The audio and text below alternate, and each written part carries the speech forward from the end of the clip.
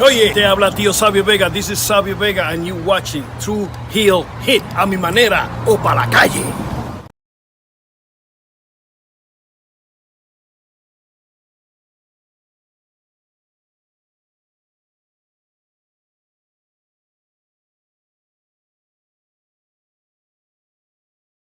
Rob Van Dam, listen to True Hill Heat.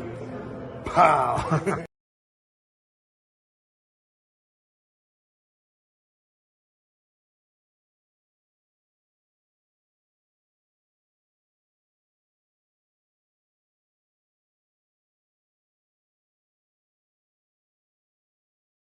Hey everybody, it's Tony Schiavone of All Elite Wrestling, and this is True Hill Heat, and I said it right, you motherfuckers.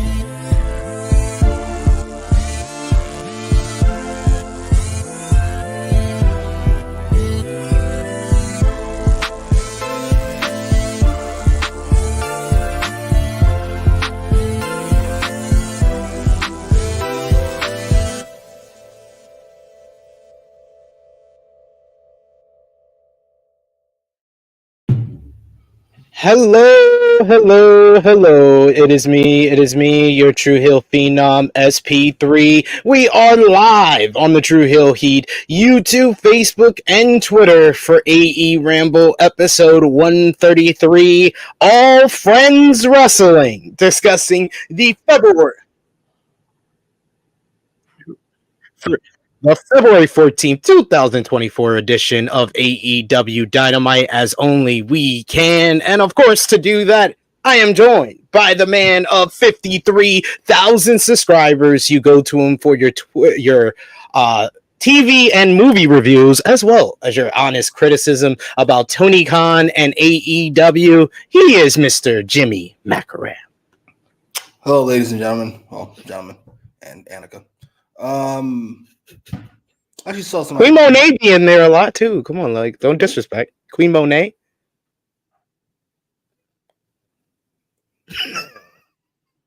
Of course. I know all of our loyal constituents. Of course I do. Yeah, of course you do. Yeah. You care so much. Roxy be there. Yeah, Roxy be in here. You done ran CM off. I don't know. Yeah, why? What'd I do? I'm not Swerve. I like you guys. You all in. What to say? I saw somebody promote their review as fans of the show and optimistic and all positive AEW review. Well, what a way to say we lie. We come on here and we just fucking lie to you and tell you what you want to hear. It's so gross. I don't remember who it was. It's basically we are the Triple H Royal Rumble press conference equivalent of an AEW Dynamite review. We'll just focus on the positives. Everything's fine, guys. Everything's fine. People being arrested behind them. Let's focus on the positives. It's good shit going on here. Focus on the positive. You know. Yep. My house is burning in the background, but let's focus on the positives. But yes, sound off in the live chat with us. We appreciate y'all if you are joining us live. Appreciate y'all if you are watching us on demand. Remember to show that appreciation back in the simplest way possible. You can drop the thumbs up on this video. Share this video with all your wrestling fans, friends, and family on all your favorite social media platforms. If you're new to the True Hill Heat YouTube channel, hit that subscribe button. Hit the bell to stay notified for all the great content here. And yes, Trey Jones is correct. There is another woman that is a subscriber of the channel, and it is apparently Lisa Ann. Lisa Ann subscribed to our channel last week. Josh went to a signing for her, and she's into wrestling. And he told her what we do, and she decided to subscribe right in front of him. So Lisa Ann, I said it on True Hill Heat. I'll say it here. I love the inception that is going on of so many times I watch Lisa Ann videos, and now she might be watching one of mine. I was a Lisa Ann fan back in the day. Indeed, I was. Back in the day, right? Like yesterday?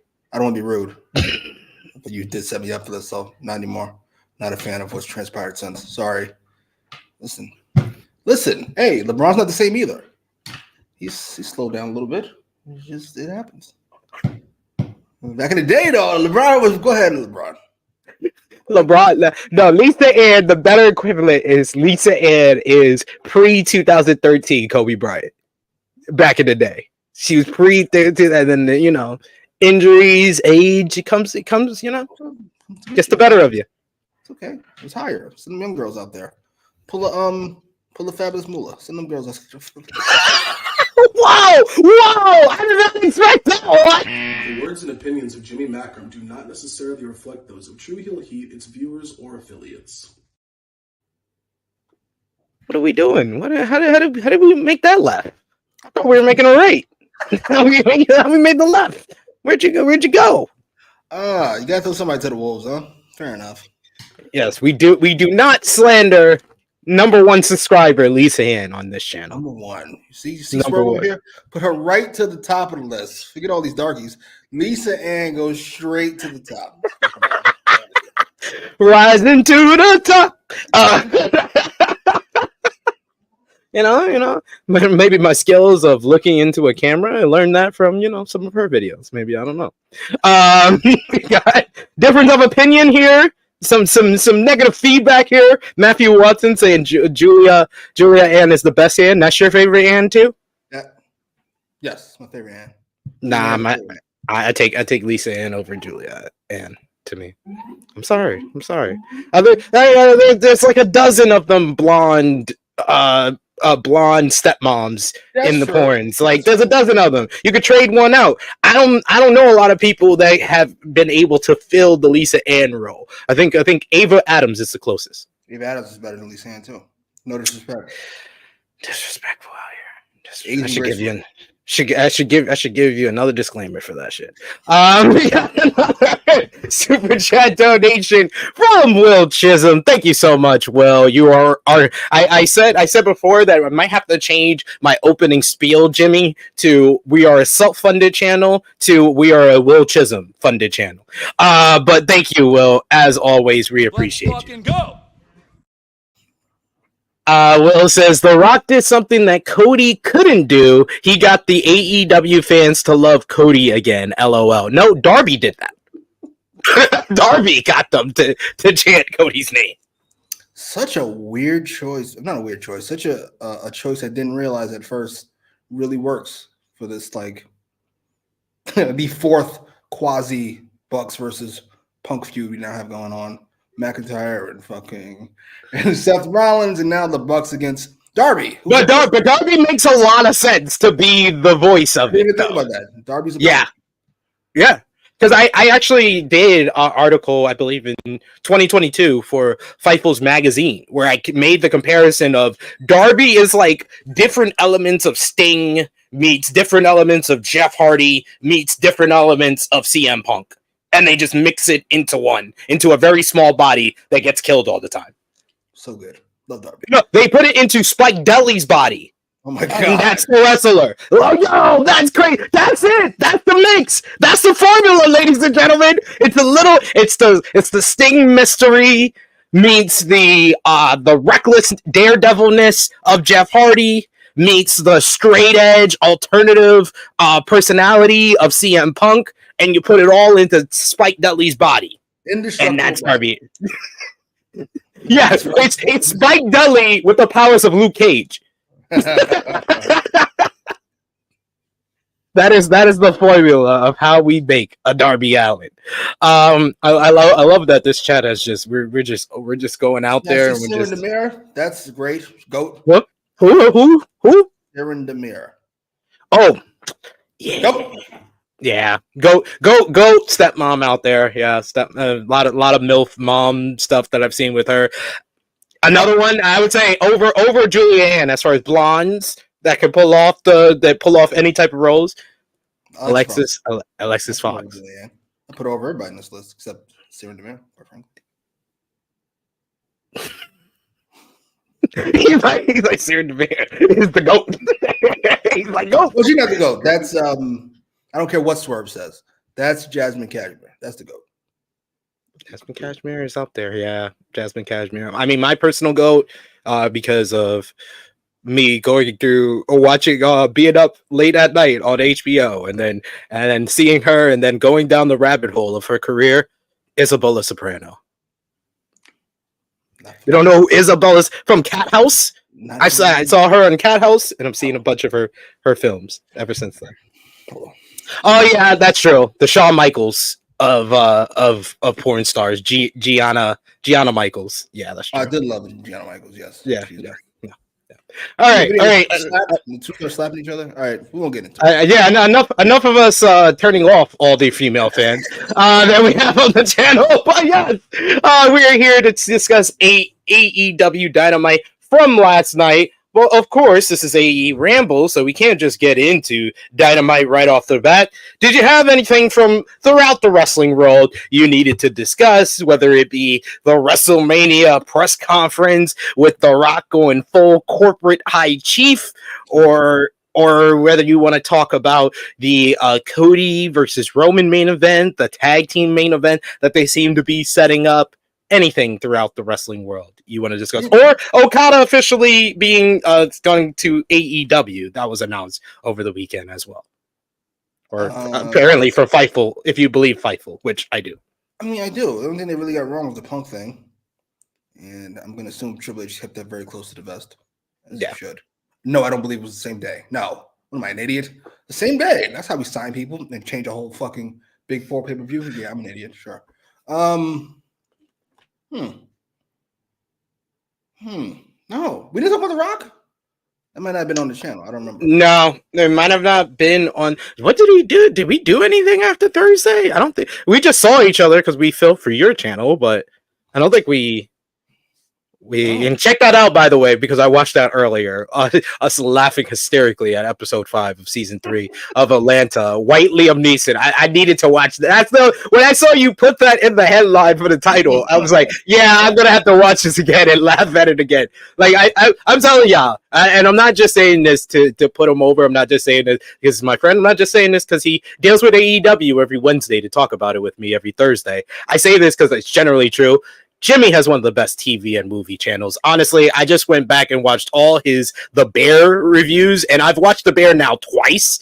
I'm in the middle of watching it a third time, but watching it through your eyes was a lot of fun. Thank you. I appreciate it.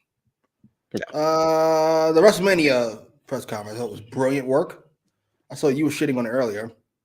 How? Like what do you say? It feels like a Apple. What do you call it? Apple. The first 30 minutes did not feel like a MacBook Pro presentation.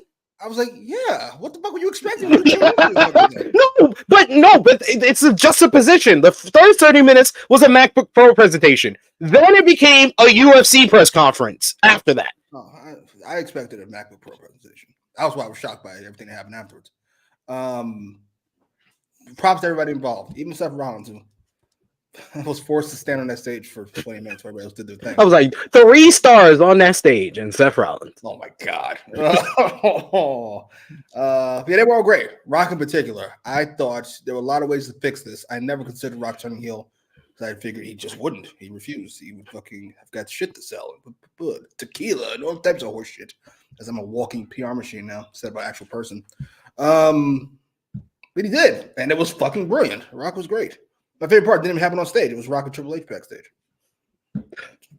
But I feel like I really feel like this is one of the best things WWE has done in a while, because something that I thought that they shot in the back of the head with the Jimmy Uso heel turn in the Bloodline storyline with Rock turning heel. You gave it like 2 more years, in my opinion. I feel like you could get 2 more years out of Rock Roman, the 2-man power trip, or them a power struggle for them. Who's the high chief or the tribal chief? Who takes the head of the table?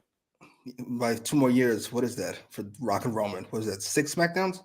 Sure. Yeah, like 6 SmackDowns. Yeah. It's not much, but he's a long gamer. He set up with the slap. He set up WrestleMania 41 with Cody. And then it's all, and then 42 is Rock and Roman, the biggest WrestleMania ever. With the Rock's body holds up through 2 more WrestleManias. Stop it. I'll give you SummerSlam and WrestleMania. Cody at SummerSlam, Roman at Mania. And we're not doing 3 Manias in a row. Rock doesn't have it in him. I don't care what he says. We're at training camp right now. Yeah, right. Is that what you call fucking signing off? You're a long gamer. I know a lot of you don't know this because you're all not old like we are. But The Rock used to be the coolest person on the planet. Are you aware of this? It wasn't that long ago. It was a few years ago, like maybe a decade ago. Like when he first came into the Fast and Furious franchise, it was like a decade ago. That's not that long ago. It was 10 years. But like it's crazy how much can happen in the past. He doesn't even look that different. It's just wow. Like even if you go back like three years ago, there was not any negativity around the Rock. Because he knew his place. His place is old guy coming in to fucking have fun, not to take over the main event. What Austin just showed you how to do it, and you refuse to follow Steve Austin. He's like, never again. I'm on top.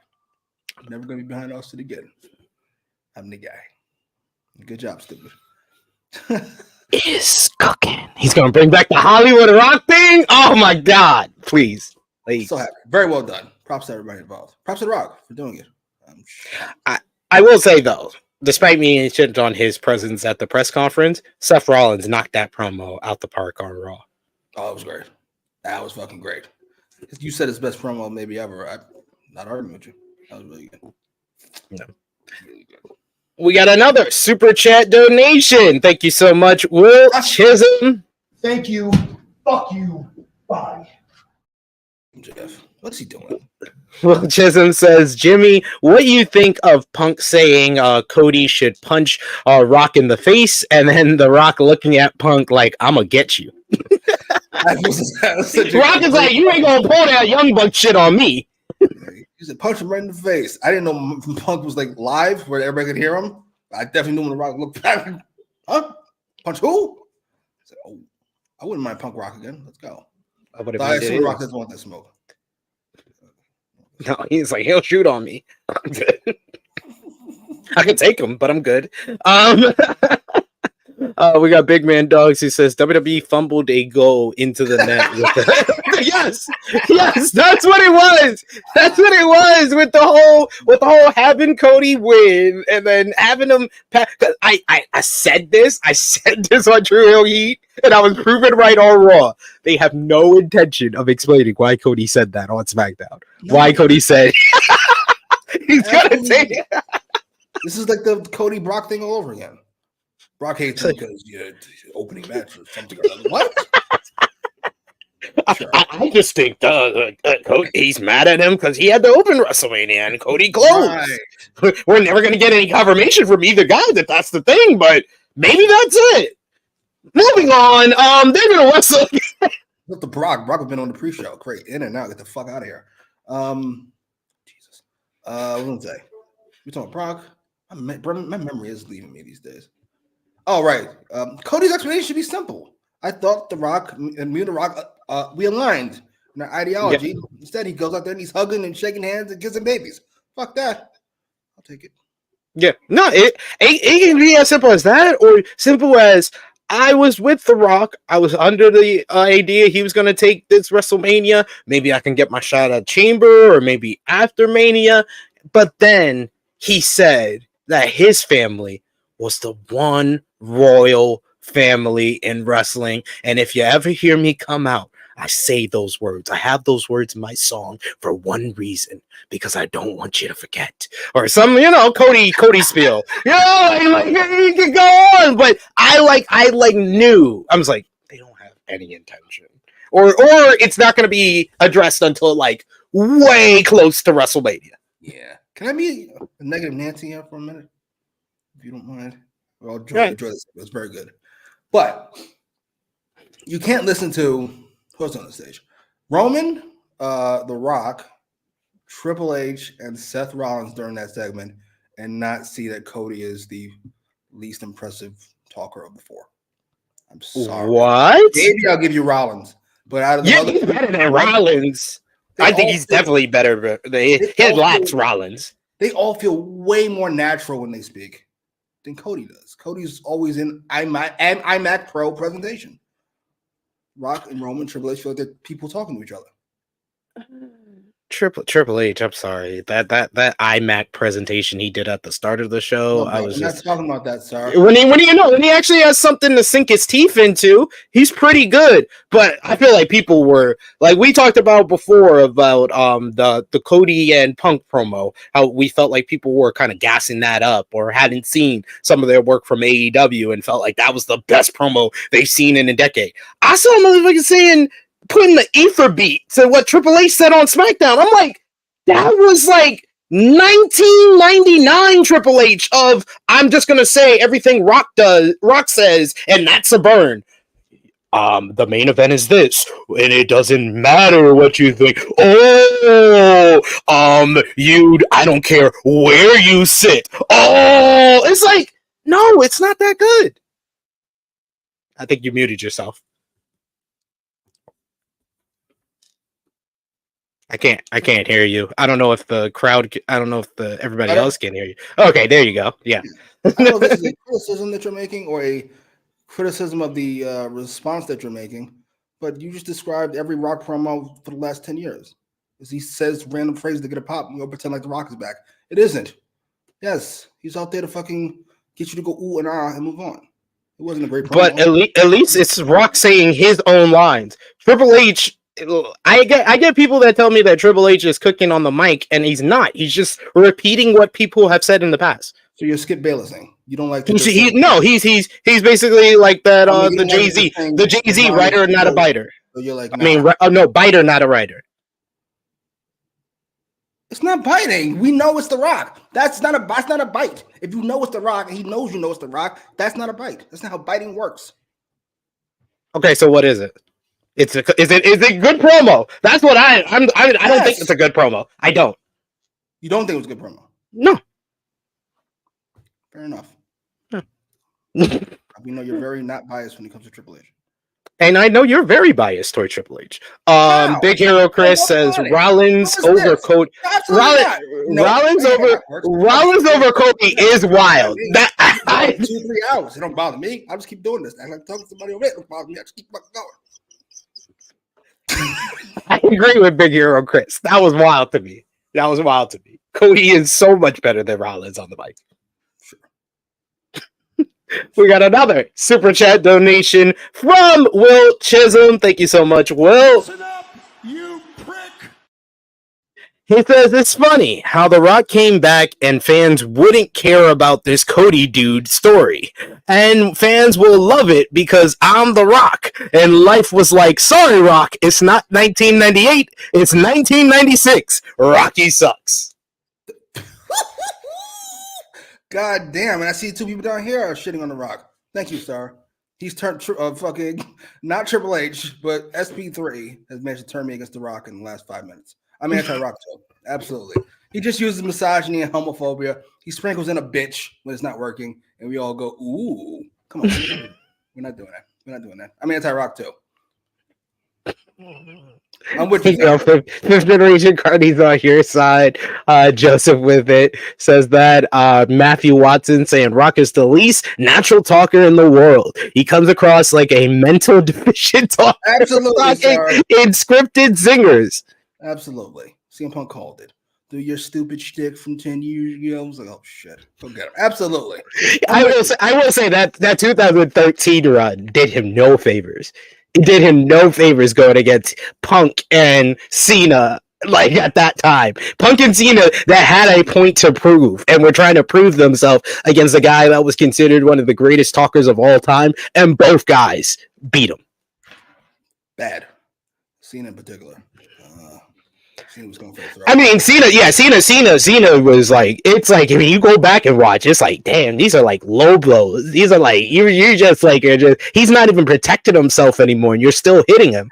With Punk, though, I feel like Punk has the more, out of all the Cena did multiple promos on Rock. I feel like Punk's, your arms are too short to box with God, is more memorable than all of them. Punk is really good at fucking knowing how to cap off his promo. Just like, phrase that you'll all remember. That's not a stupid catchphrase. No offense. Rock. Or Triple H. Trey Jones says, put in that Ether B over that Triple H promo is crazy. I agree with that. I agree. That's a very rational take, sir. Thank you for bringing rationality to the program. Appreciate it. I think he started there. Right. He started there. He said the Triple H he just dumped. Great. He just Crazy World says, I like Heel Rock with the black t-shirt. I said it to you, and I think I said it on the True Hill Heat Flagship podcast, but he's playing real life Vin Diesel or Dom Toretto, the evil version. Fucking awful. I was joking about The Rock, by the way. I like this new presentation. This kind of, it's not corporate. I'm not sure what it is. It's corporate high chief. So, who is you? This is great. Yes, I think we're going to... Huh? Bullshit. Fixed it. Huh? I can't wait till he does on SmackDown. If they don't have The Rock do something wild, then this is a waste of everybody's time. He needs to assert his non-authority immediately. I agree. To the board, and we decided just that in the fucking third. Okay, got you. So last night's AEW Dynamite took place from the best place in the world for an AEW episode to take place from, in Texas. What did you think about the crowd last night for AEW Dynamite? As for always, they're a very good crowd, as usual. It never fails. It never fails. Like when I was like, damn, this crowd is mad loud at the beginning of the show, and then someone mentioned, oh, it's in Texas. I was like, that makes sense. That makes too much sense. Too much sense for it not to be Texas. But yeah, I really enjoyed the crowd on this show as well. And the show kicked off in a big way as former 3-time AEW champion Jon Moxley kicked off the show going again. Why are you making that face? Wait. I'm really annoyed. Why are you annoyed? First of all, did you hear the pop when FTR came out? Non-existent. Remember they used to get the biggest pop on the show? I know it wasn't that long ago, by the way. Biggest pop on the show. Now she's like, oh. I will say though, they really feel like people from another company coming over to Dynamite. Because they've been on Collision forever. Yes, we open up things with Jon Moxley going up against Dax Harwood. This is actually Harwood's first match on Dynamite since April of last year, where he lost to Jeff Jarrett. Absolutely.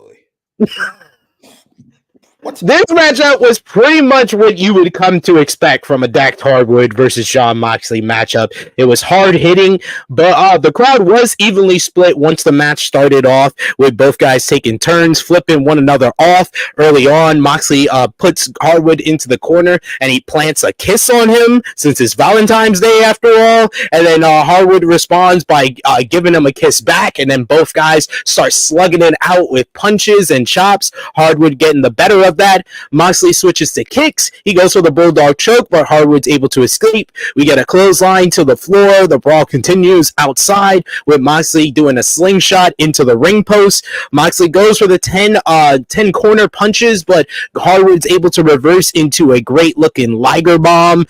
They He tries for a suplex, but they wound up crashing to the floor. They start working ground submissions during the commercial break. Then when we come back, they start throwing chops and big forearms. These were very hard hitting, and I felt like this is when the match really took a turn to really becoming a very, very good matchup. Both guys connect with home run shots. They collapse at the same time, looking to reset.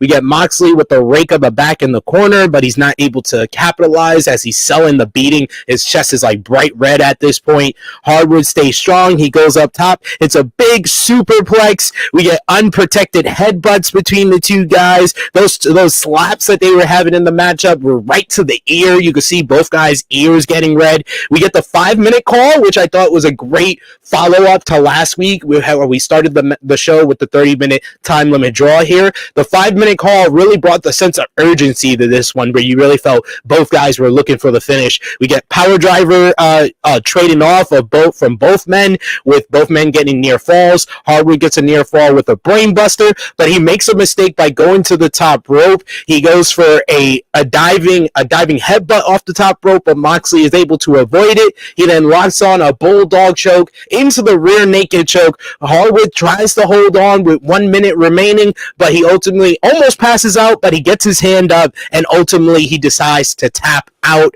Post-match, Moxley refuses to let the hold go. Cash Wheeler has to hit the ring, beating down on Moxley until Claudio Castagnoli comes out to even the odds. He drops Wheeler with a neutralizer. This leads to Moxley going over to the ropes with an already unconscious Dax Harwood. He reapplies the choke before standing tall with Castagnoli, and then it was announced later in the show that it will be BCC versus FTR next week on AEW Dynamite. What did you think about this match here? I thought it was a very good, hard-hitting bout to open up the show. It was a good match. I don't like it to open up the show. Not fast-paced enough for me to open up the show. It kind of reminds me of that Swerve. Was it Mark Briscoe? Did I open the show one day? I don't remember. No, that was in the middle. That was in the middle. I think you said that should have opened the show because that was the more fast-paced. Somebody else. It was Swerve and Mark Briscoe was the one you said. I'm talking about the one that opened the show. Whichever one that was. I don't remember. Swerve and Jay Lethal, maybe? That sounds right. Good match, but it shouldn't open the show. Sorry, it shouldn't. This is really good. Probably better than that match, but it shouldn't open the show for me. I love Mox. That's not true. I like Mox. I love Dax. And I did much prefer Mox here. This is more his pace he should be working. Matter of fact, I kind of realize what I don't like about Moxley. If we can get rid of all the things like we shouldn't be doing, he should just take Dax's moveset. Why are we adding all these random cutters and curb stomps? You don't do them well. It looks like shit, sir. Could you just stick to punches and chops? I don't ask for much. Occasional power driver, sure. That's just This is as good as the BCC looked to me in forever. It felt dangerous, at least for 20 minutes again. I'll take it, but I think this is the thing that we seem to always like BCC is when they're leaning more heel. Yes, I think the group just works more as when they're leading more heel, and like yeah, all their best stuff in the past year has been when they've been leaning heel. Moxley with Hangman, them versus the Elite, Daniels, them versus Eddie Kingston in the Continental Classic. Like these are the things that work. They have to be the heels in the situation.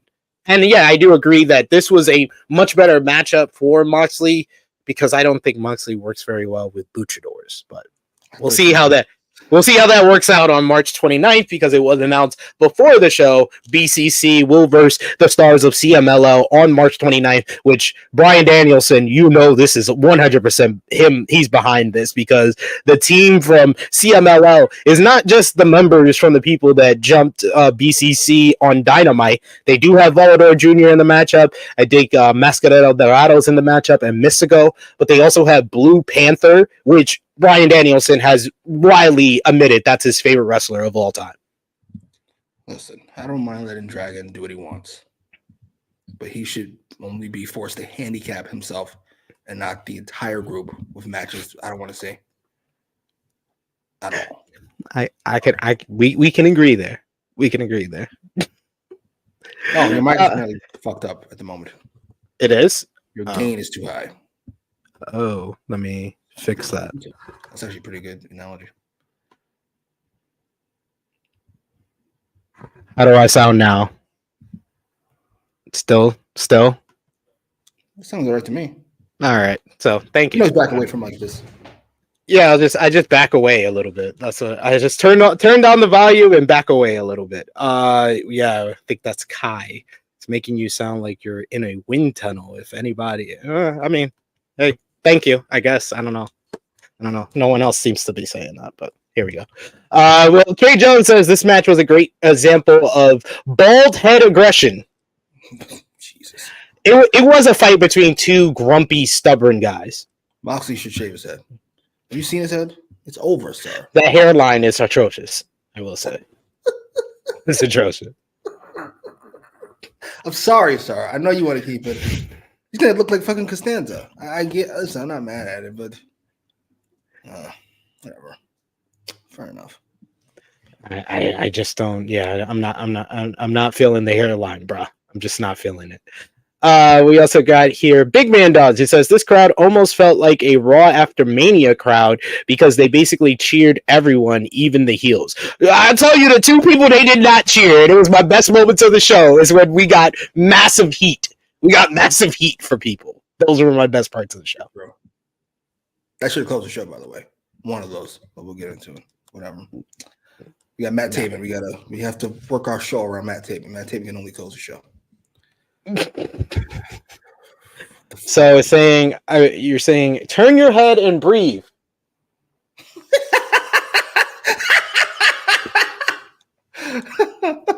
I don't know.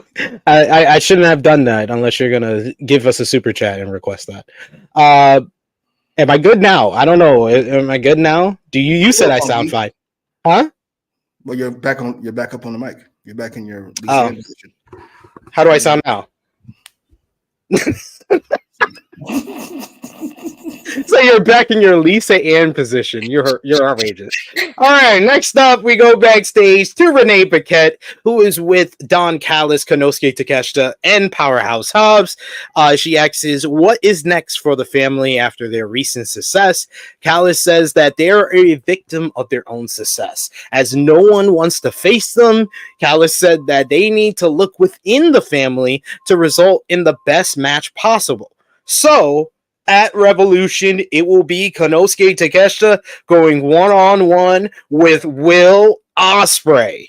He says after the pay-per-view, fans won't be talking about Sting's retirement. They'll be talking about the match of the decade between two members of the Don Callis family.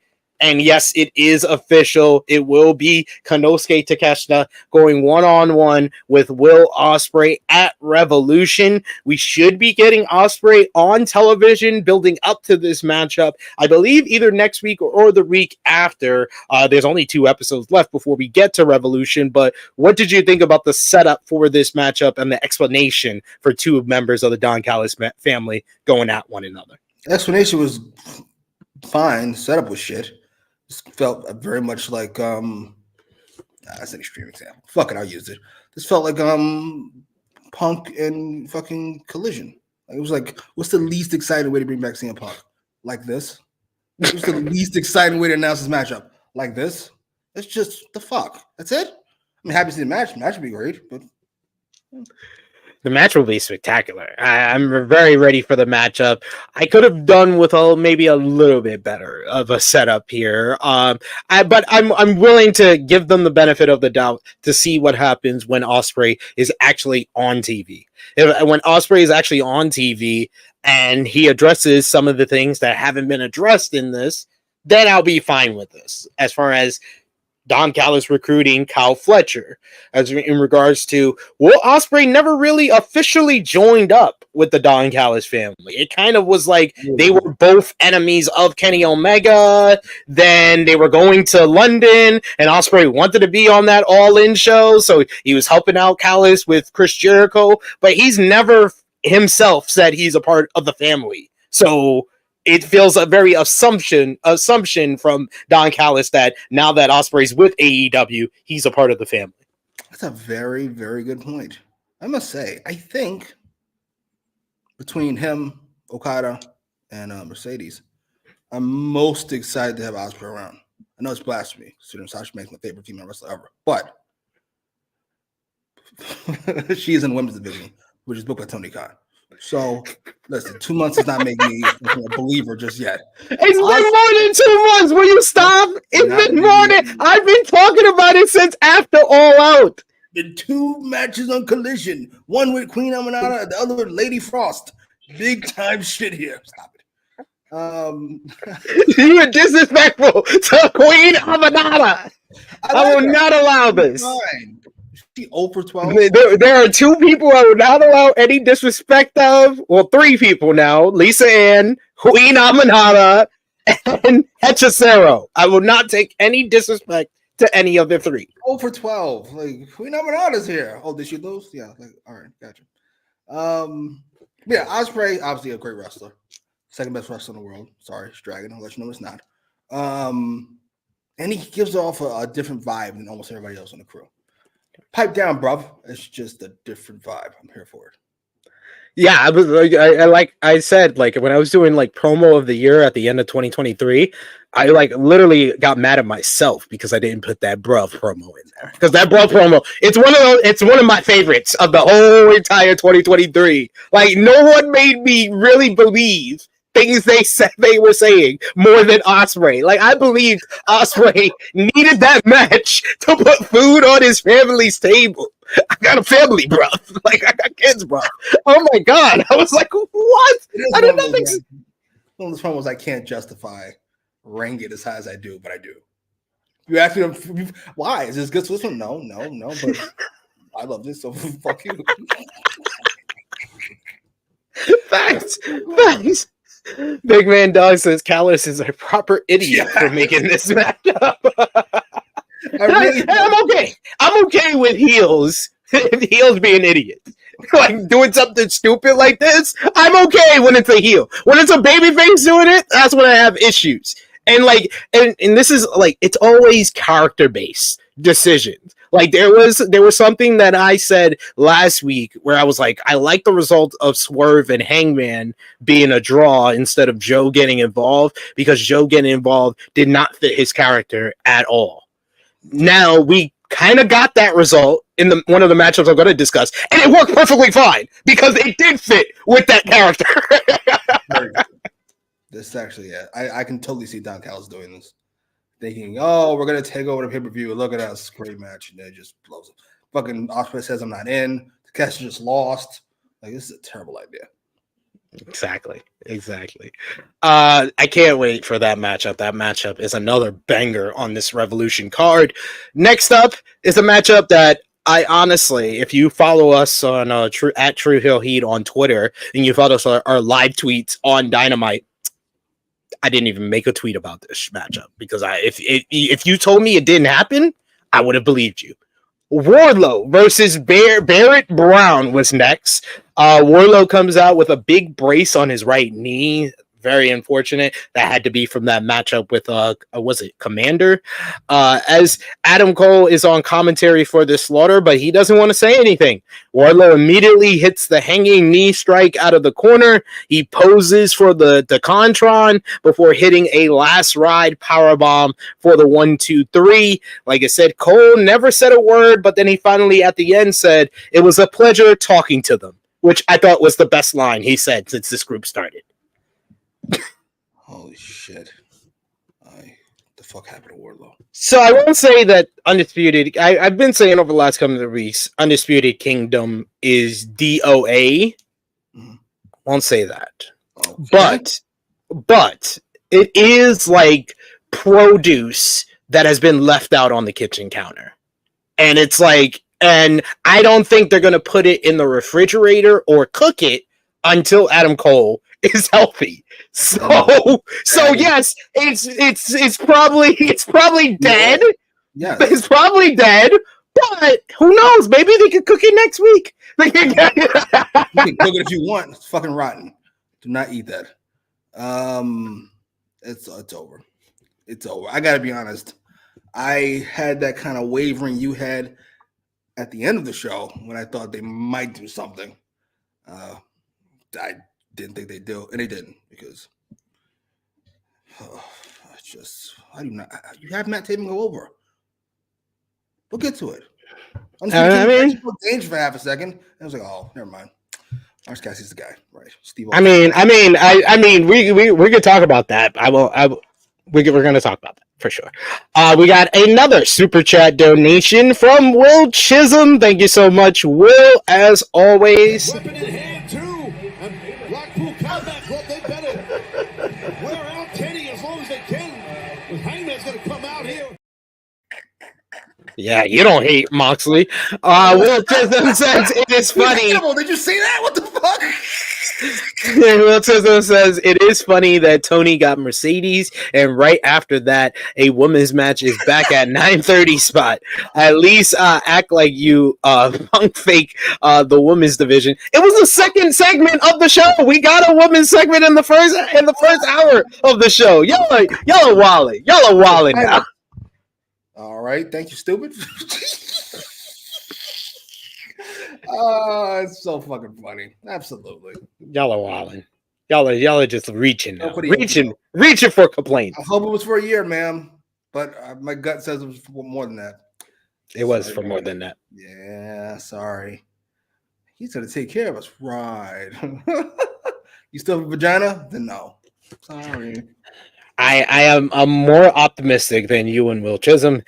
King Potato says, "Nah, you Undisputed Kingdom is trash, bro. That shit is DOA."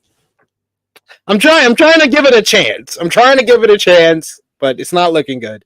Joseph Wither said, "I feel bad for Wardlow. I don't think there's any coming back for the guy. This shit stinks. He's got to leave. He's got to go someplace else. He's got to go to a different company." Yeah. Usually, I would say go away for a few months. He's done that already. And it didn't help. Oh, sorry. Mm-hmm. With MJF. And then we got another super chat donation from Will Chisholm. Thank you so much, Will. It is. Will says, "Why the fuck Thunder Rosa wasn't on the show? It was in Texas. They teased a title match, but we gotta accept it, SP3. Tony hate her. It's over, brah." I mean, I'm like numb to it now. Like I got mad after she came back and then wasn't on TV for like 2 weeks. Mm-hmm. Then she put her back on Dynamite. She wins on Dynamite. She wins on Collision, and then she hasn't been seen since. I told you, once she had that not great match on Dynamite and then a not great promo to follow that, that's all the excuse he needed. See? Told you. Told you. No, she just forgot her line. It wasn't a not great promo. She just forgot her line. You just forgot the words to say. Oh, okay. Other than she forgot the words that are coming out of my mouth. That's really over. That's a shame. Because she's a solid piece. She would be my... I think she could be a star. She has been a star for them in the past. Yeah, so was fucking Marco Stunt. But listen. Marco Stunt was not. No, come on. No. You ain't gonna do that, Skip. You ain't gonna do that. No. We ain't gonna do that, Skip. The opinions of Jimmy Macram do not necessarily reflect those of True Heel Heat, its viewers, or affiliates. Nick Colorado is main evented Dynamite. Listen, hey, what happened? Listen, I think Thunder Rosa could be my I always go back to that Twitter because it's only wrestling I really care about. You know, my Kurt Angle, my Triple H, my 3-4 on the roster. You know, she's not Austin, she's not Rock, but you know, right after that, she's behind Sasha and Hayter and Julia. You don't think so? You think she's the number one? I think she's better than Julia. I think Julia's character is better right now. Kurt Angle's better than The Rock. You're not gonna take The Rock spot. That's not how that works. That's not how that works. Sorry. Mm-mm. Well, The Rock is like much better as a character and on the mic. Oh, Julia. She's much better as a character. I don't think on the mic. No, not on the mic. Not on the mic. Well, fucking. They're either on par or Thunder Rosa's better. I bet she can remember her fucking lines. I guarantee she ain't gonna be like a wallflower in a press conference.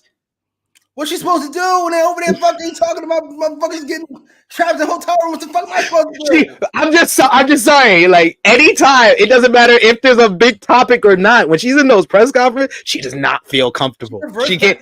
Fucking 21-year-old child. Yes, that's what it is. That's what it feels like. It feels like, oh yeah, she's 21. Every time. I'll stick up for you, Julia. I like Julia. Stop doing that. Don't do it. Don't do that, Skip. Me and Swerve got love for you.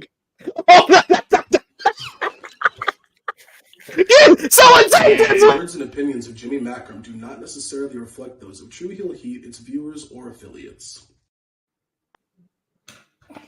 Swerve has to answer those crimes. And I will continue to mock him. You will continue to mention him every week until he does. Yo, the funny thing is, Wardlow would be crazy over in New Japan. They love those big men. Giant Bernard, aka Prince Albert, aka Tenzan, aka whatever fucking other name he had, he got over. Tenzan, I don't care. Like he was over. A-Train was over in Japan. Luke Gallows was over in Japan. Matt Morgan was over in Japan. They love those big men out there. Here's my question then. What does Wardlow want out of life? Because he can go to fucking New Japan and be fine, apparently. But what does he want? My guess is he wants to be a star. In America, if you don't mind. I think if you become a star over there, get a refresh, be away from AEW for a while, and come back with a new character, I think that he can have a chance. 6 months. He hasn't elapsed until I move to a different country. I know. If he wants it, it's here for you. So hey, if you want 4 months, I'm not going to Japan. I'll wait this out. If you want to get better, that's the only way. Better is not his issue. I mean, he would get better. Better is not his issue. Booking is his issue. That's not going to change in AEW. Alexander says Wardlow would be a good signing for New Japan, like Edge would also. We also got King Potato who says, Jimmy, bro. I don't know what I said, but I don't know. I believe in it. Tenzai. I don't fucking care. Sweet tea. Yes, sweet tea. Jesus. Oh man, yes. Archer, right. Lance Archer got crazy over in Japan. Bob Sapp, crazy over in Japan. Yo, the most we've talked about Jack Perry is him just having a random 5-minute show up at a New Japan show. The most we've talked about him since All In. So what happened since then? I don't even know. Well, he's going to be on the big Chicago show that's nearly sold out. Jesus. Thank God. Keep him over there. Beat it. California crew. Thank you, Darby. Next up, we had Adam Copeland going one-on-one with Daniel Garcia. Number one. What? Gotta back away again. Okay. Wind tumbling. Number one. Sound better? See. Number one contender for the TNT Championship being decided here. And I thought this was a very good clash of styles because Copeland has a height and power advantage. So much of his offense in this matchup came through grit and just using his physical strengths over Garcia, while Garcia only got an advantage whenever it went to the ground. Whenever it was about mat work and submission and technical wrestling skills, that's when Garcia had the advantage over Copeland. Copeland went after the arm of Garcia pretty early, and then Garcia went after the leg of Copeland. So it really worked into both guys' submission holds, with Garcia having the Dragon Tamer and Copeland having the Grindhouse crossface move. Copeland fights out of a Sato suplex. Garcia connects with a Dragon Screw leg whip.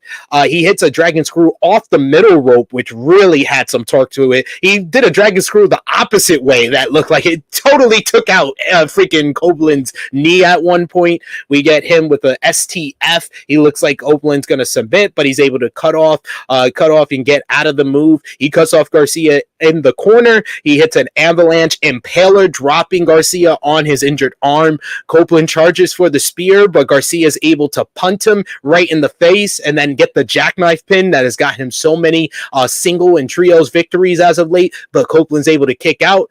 Right as Copeland is able to lock on the grindhouse, working over the injured shoulder, it looks like he's on the verge of victory when the prodigy Nick Wayne and Killswitch of the Patriarchy hit the ring to give us a no contest, a double disqualification here. Christian Cage, along with Mother Wayne, who is now wearing a turtleneck, come down to the ring. They saunter themselves to ringside. They get a couple of chairs from under the ring, at which point Matt Menard confronts Christian, but Killswitch takes him out with the Northern Lariat.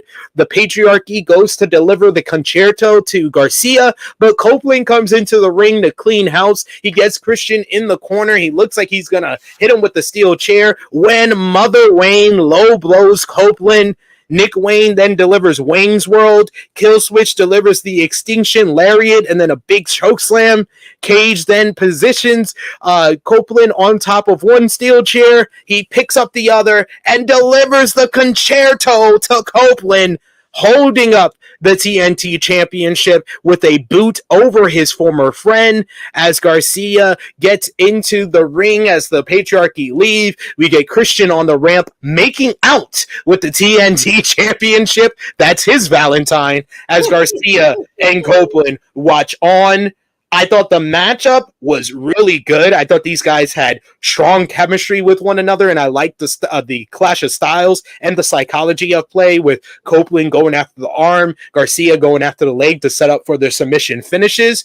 But the finish and the post-match were so much better. Like, the heat that Christian got was just like superb. Like, this rivalry, this program between Christian and Copeland has gotten some of the strongest reactions from AEW crowds of, like, you get genuine people hate Christian, and they're supposed to hate Christian. And it's not him doing low-hanging fruit of just going after the dead father all the time. It's him not giving the fans what they want, just being a despicable, despisable villain, and then how he's been able to kind of manipulate other people around him and manipulate situations. And in this situation, with him coming in where it would logically set up a triple threat, no! It felt like he took out one of his contenders. That was his mission. His mission wasn't to end the number one contendership. He wanted to take out one of them. He initially came in to take out Garcia, and then he would probably have Copeland to deal with. But when Copeland made the save, they decided to take out Copeland, and now Garcia is left to deal with them. So I like the way this was done. This is a trope that has been done time and time again. Attack both challengers in a number one contenders match, but it worked so well here that I have no complaints. This all should have been the main event. I agree. No, we're not going to argue. That's my one big nitpick for this whole show, is that this would have been even better. It would have been back-to-back weeks of massive heat in the main event if Christian did this to end the show. Stars doing star things. I don't know why we're against it so much. This is a really good match. This is the most I've enjoyed Garcia in a while. Though, to be fair, he's been on Collision I don't watch. No CM Punk, no Jim Macram. That's how it works. Anyway, this was really good. I thoroughly enjoyed the match. The post-match was fantastic. I was so happy to see Christian. It's been a while. Christian Cage, it's been a while. I was happy he was here. I thought the beatdown was perfect. Mama Wayne fits like a glove. The whole group was really well done. I thought Killswitch was a little too into it. Since the last time I saw him, he was not very much into it. Well, he hasn't been like ever since he got taken out by Copeland. He's kind of been a reliable soldier since then. I would imagine so. I apologize. I totally forgot about that. Mm-hmm. Yeah, murder me, I will be.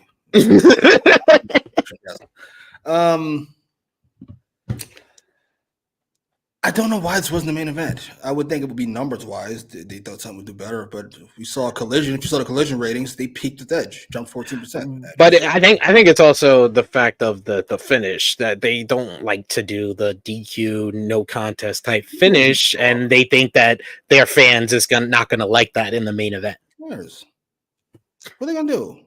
What are you gonna do? You gonna leave? You gonna watch something else? It's been 4 years. You're not going anywhere. Ratings is the exact same as it was 4 years. Stop it. Knock it off. You're not going anywhere. Whatever. Stop catering to these bums. I don't understand. It's the people who can't understand the difference between a cop out and a story shouldn't be catered to. I'm sorry. They just shouldn't be. Listen, the whole point of a DQ is so you don't have to answer the question you asked. The question you asked here, though, is can Edge beat Garcia? Yes, he was about to, obviously. You're not watching the match? It was over. And then Christian came in and was a dick, as per usual. I don't think it was a foregone conclusion. He didn't even have the grindhouse on properly.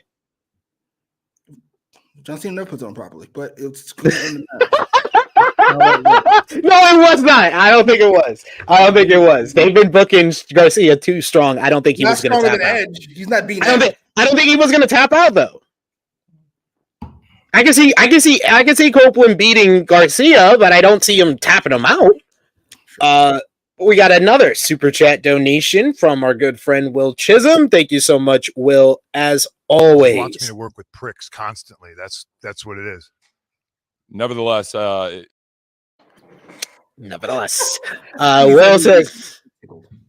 Will says it's crazy because AEW fans love Thunder Rosa, and she has a new look and a good worker. Everything AEW was built on. She should go to Rossi new company. I don't think, like Jimmy said earlier, I don't know a lot of these athletes, especially if you've been making good money in the U.S. And yes, her working for AEW means she's been making good money in the U.S. I don't understand why you would take less money to go away from your family to Japan.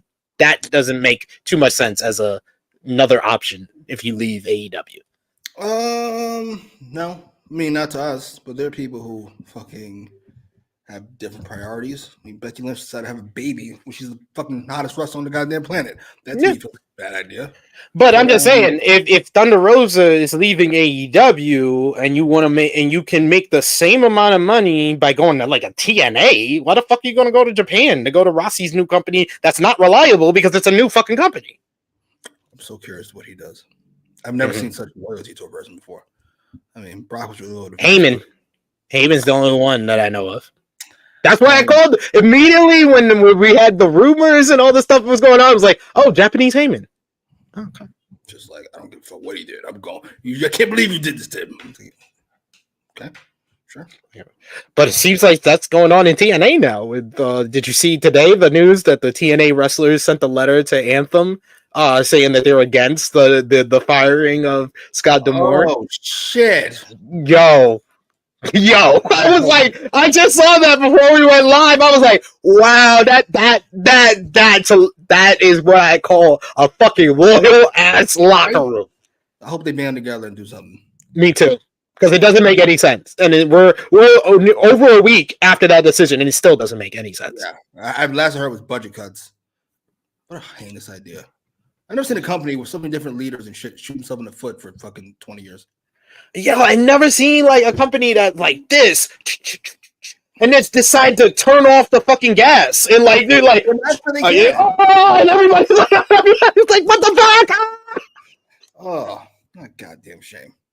Like, we didn't even hit the plateau. We didn't even hit the peak. We were just getting up. We just had like what? Goddamn shame.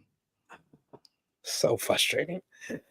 We got Alexander who says, I agree with Jimmy. I would only add that their rivalry should be involving the world title, not the TNT title. Nah, I don't think so. I disagree with that 100%. I feel like this rivalry has elevated the TNT title. I don't go that far. I'll say Christian has elevated the TNT title. Yeah. Edge is a hanger on. Welcome. But I will say, watching Copeland in this matchup, I was like, I can't wait for him and Christian to align. him working heel in this matchup, it was like, I think Edge is just a better worker when he works heel. He's just better. He's just better in the ring. Like him, he even had me watching the picture-in-picture. When in the picture-in-picture, he started doing the Garcia dance in the crowd. It's like... The crowd were booing him. Like, they are really on board with this Garcia push. Who would have thought? Can't wait to see how they fuck it up. They already fucked it up once. Can't wait to see how they fuck it up again. Steven Chambers says, I really enjoyed Christian's run in AEW even better than WWE. You're not alone. That's not a hot take. There's a lot of people who say that. I'd say the only thing that comes close to this run in AEW is his Chris Jericho feud. Him and Trish. Yeah. That was fucking great. Yeah. Like that's all. Like that was the one that when you look at like the momentum and the popularity that he got going into 2005 and that he had at the tail end of his original run, it all goes back to that one rivalry. That got people. Like people were invested in that shit. We were invested in Jericho and Trish being together in the lead up. Then Jericho was and then Christian was basically just jealous of them, and that's how he got involved in the bet over the quarter, and then the turn at WrestleMania 20, and like, come on. Oh man, I know most of you are too young to remember this, but it was fucking great. It's fantastic. So good.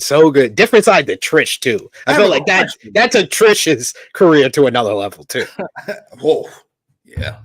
Jesus, now we think about it, that's impressive. How come? Maybe I'm misremembering. How come there's only one of those a year? What? Like one of those like fantastic angles. Like 04 is that one. 05 is Batista Triple H. 06 is Mickey and Trish. Like how come there's only one of those a year?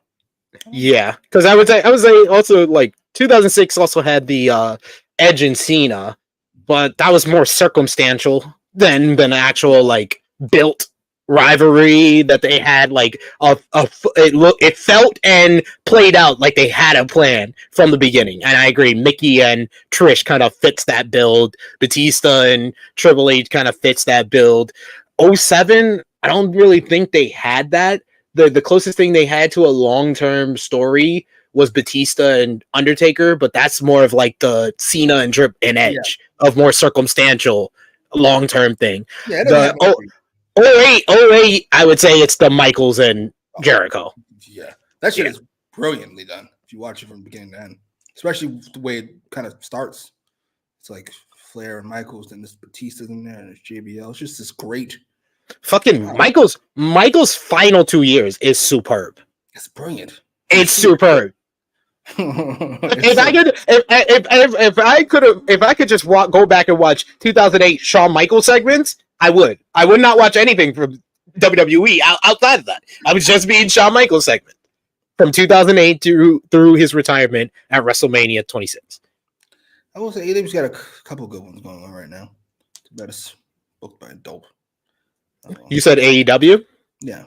Like Hangman and Swerve is probably. I like what Christian's doing, obviously. Yeah, Christian Copeland. Tony Storm doesn't really have any direction. She's kind of like the sun by herself. That's great. But the Deonna Purrazzo feels like it's the first one that's adding depth to this character. Yeah. We'll get to it. Tattoo. Yeah. Tattoo. No, I'm dead ass. I'm calling it AEW Revolution. That popped me so much. Alexander says Christian is the MVP of AEW and he is not the world champion. It is ludicrous. You don't have to be the world champion to be the MVP. You're not. I know that's the way it's been probably for your lifetime, but it's not a necessary thing. Yeah, not necessarily a thing. I would say that the MVP of WWE last year was not Roman Reigns. It wasn't even. I wouldn't even say it was Seth Rollins. It was the guy with another title, the mid-card title. It was Gunther. You don't have Sammy, or do you see Sammy in the main event? I think the story they're telling right now with Sammy would fit Gunther. Thank you. Gunther playing Ivan Drago to his Rocky. Yeah. I don't know why people say it's a bitch with that. Why? Fucking Drew's beat Sammy 100 times already. Why are we still fighting? Yeah, like I don't need him and Sammy to go at it again, and again. Like, sheesh. We got Big Man Doug says, I remember when I was a kid and Christian returned, and I legit thought he had been a main eventer all his career. Great. Just looks like a star. He does. All right, yeah, I'm really enjoying what they're doing. Are you gonna be okay if this was a write-off for Copeland and they decide to do Christian and Garcia at Revolution? Yes. Only thing I would not be excited about is a triple threat. Christian Edge I'm fine with. Christian Garcia I'm fine with. Triple threat I'm not fine with. It just looks weird. I'm fine with the triple threat. I do see the arguments against it for mainly triple threats. Already it's kind of going to be convoluted because it's not a one-on-one matchup, and you also already have a triple threat on this card, so it would feel like the second triple threat, which I never would. It's Edge and Christian. Austin versus Rock versus X-Pac. What? What? No, I would be fine with it if Garcia wins. Then it's like Bryan, Batista, Orton. Ooh, the mid card version. Sure, that could be fun. Yeah. Like I'm okay with the triple threat if Garcia wins in the end, because then it's like, oh, you guys wanted this match to put over the young guy.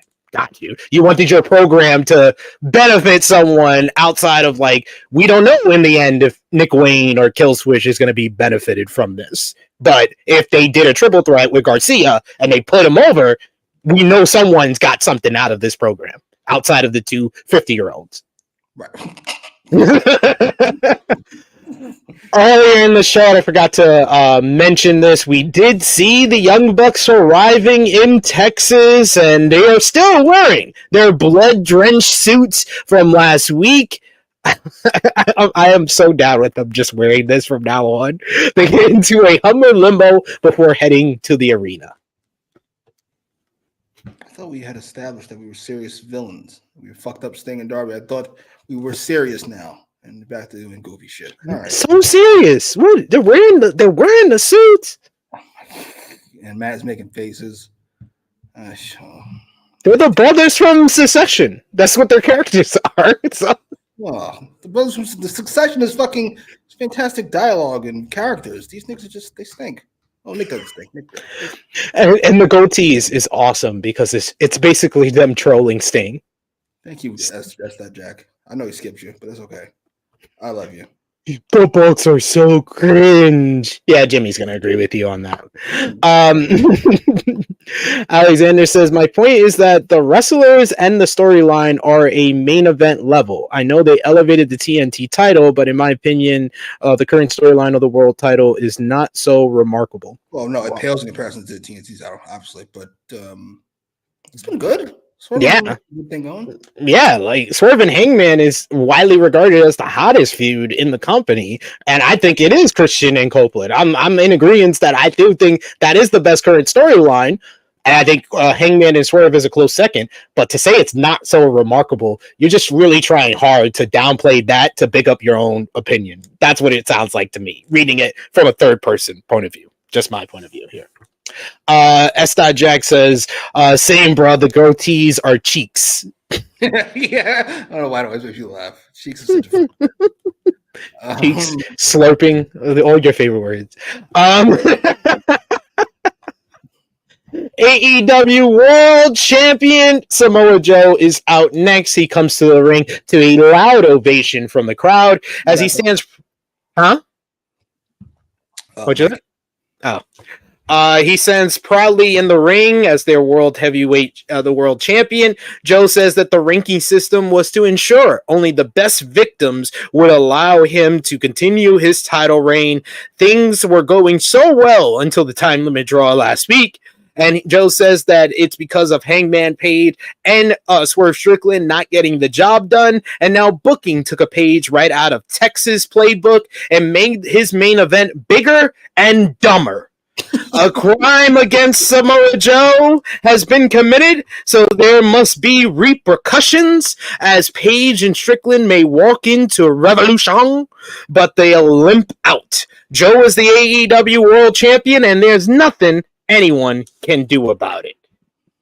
There is someone who can interrupt, though, and that is Swerve Strickland. He comes to the ring with Prince Nana dancing by his side. Swerve gets on the mic and he says, the more Joe runs his mouth, the more personal things become between them. Strickland said, Joe said, hunger defines the greats, and Swerve is on his way to becoming the greatest of all time. Strickland also tells Joe that he talked about that if they wanted a shot at Samoa Joe, they needed to bring their reputation and their resume. So he tells Joe to check his resume and put some respect on it. Strickland says that folks said maybe one day he'll go down as one of the greats, and maybe, and he says yes, maybe, but he's ready to make that a reality today. At Revolution, the fans will continue to chant, whose house? They say Swerve's house, and he'll leave. He says the only difference will be he'll leave as AEW World Champion. This brings out Hangman Adam Page, who storms from the back to very loud boos. I thought it was going to be a 1 week thing, but he came out with very much fall of 2023 Roderick Strong energy. He just felt very whiny as soon as he came out here. He says last week he wasn't mad. He says when you read the weekly Dynamite report, everyone knows last week was horse shit.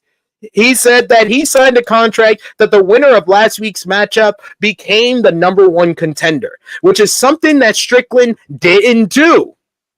Page told Joe that if it were up to him, the match would be between the two men who value the AEW World title. Page tells Strickland that after everything he's done to Page, he doesn't deserve a second of his time. Strickland doesn't deserve 5 more minutes last week because he couldn't get the job done. And Strickland doesn't deserve to be in the AEW World title matchup. We get Hangman and Swerve start arguing with one another, kind of in the mic, off the mic, and then Joe just interrupts all of this. He says, man, you will just start all your bitching and bickering. He says, y'all both better believe they're pinning, if you believe you're pinning him to win the title, if you believe you're pinning him to win the title, he says he's got a newsflash for the both of them. He's Samoa Joe, and he's whooping both of their asses at Revolution. And then drops the mic and leaves. Joe was great. Joe was great in this segment. I thought everybody played their roles perfectly, where I went into this, when this was kind of teased at the beginning of the year, I went into it believing Joe's the heel, Swerve's going to be the babyface, Hangman the tweener, and now they've kind of reversed all of that, where it's Hangman's the heel, Swerve is still the babyface, and now Joe is the tweener. I gotta be honest, I'm shocked by how good Hangman was here. He's not a great man worker by any stretch of the imagination, but he's really good here. He felt whiny, he felt delusional, he felt perfect. I gotta be honest. I thoroughly enjoyed him. Swerve was fine. He felt like he got caught up a couple times, but it's okay. He worked your way through it. Yeah, he got caught up by the person in the audience answering him. What did he say? Dude, I hate hecklers because they're never funny. This guy was fucking hilarious. That was funny. That was funny. What'd he say? What'd he say? Because it was so perfectly timed. It was so perfectly timed. Right? Because it was dead quiet. He spit that shit out. He said, "What'd he say?" He's like the ad libs in that fucking Boondocks episode when they're in prison. And this is a great way to explain what we were trying to say before. King Potato says, well, the AEW World title storyline is basically a complete reset, where the TNT title has been in a continuous storyline for over a year now. Fair enough. But I will say Joe does feel tertiary in his own match. That's fine. I like the segment. This was a great segment. I gotta be honest, this has been a really good show on paper up to this point. And I gotta be honest, I don't know why I didn't like the show more.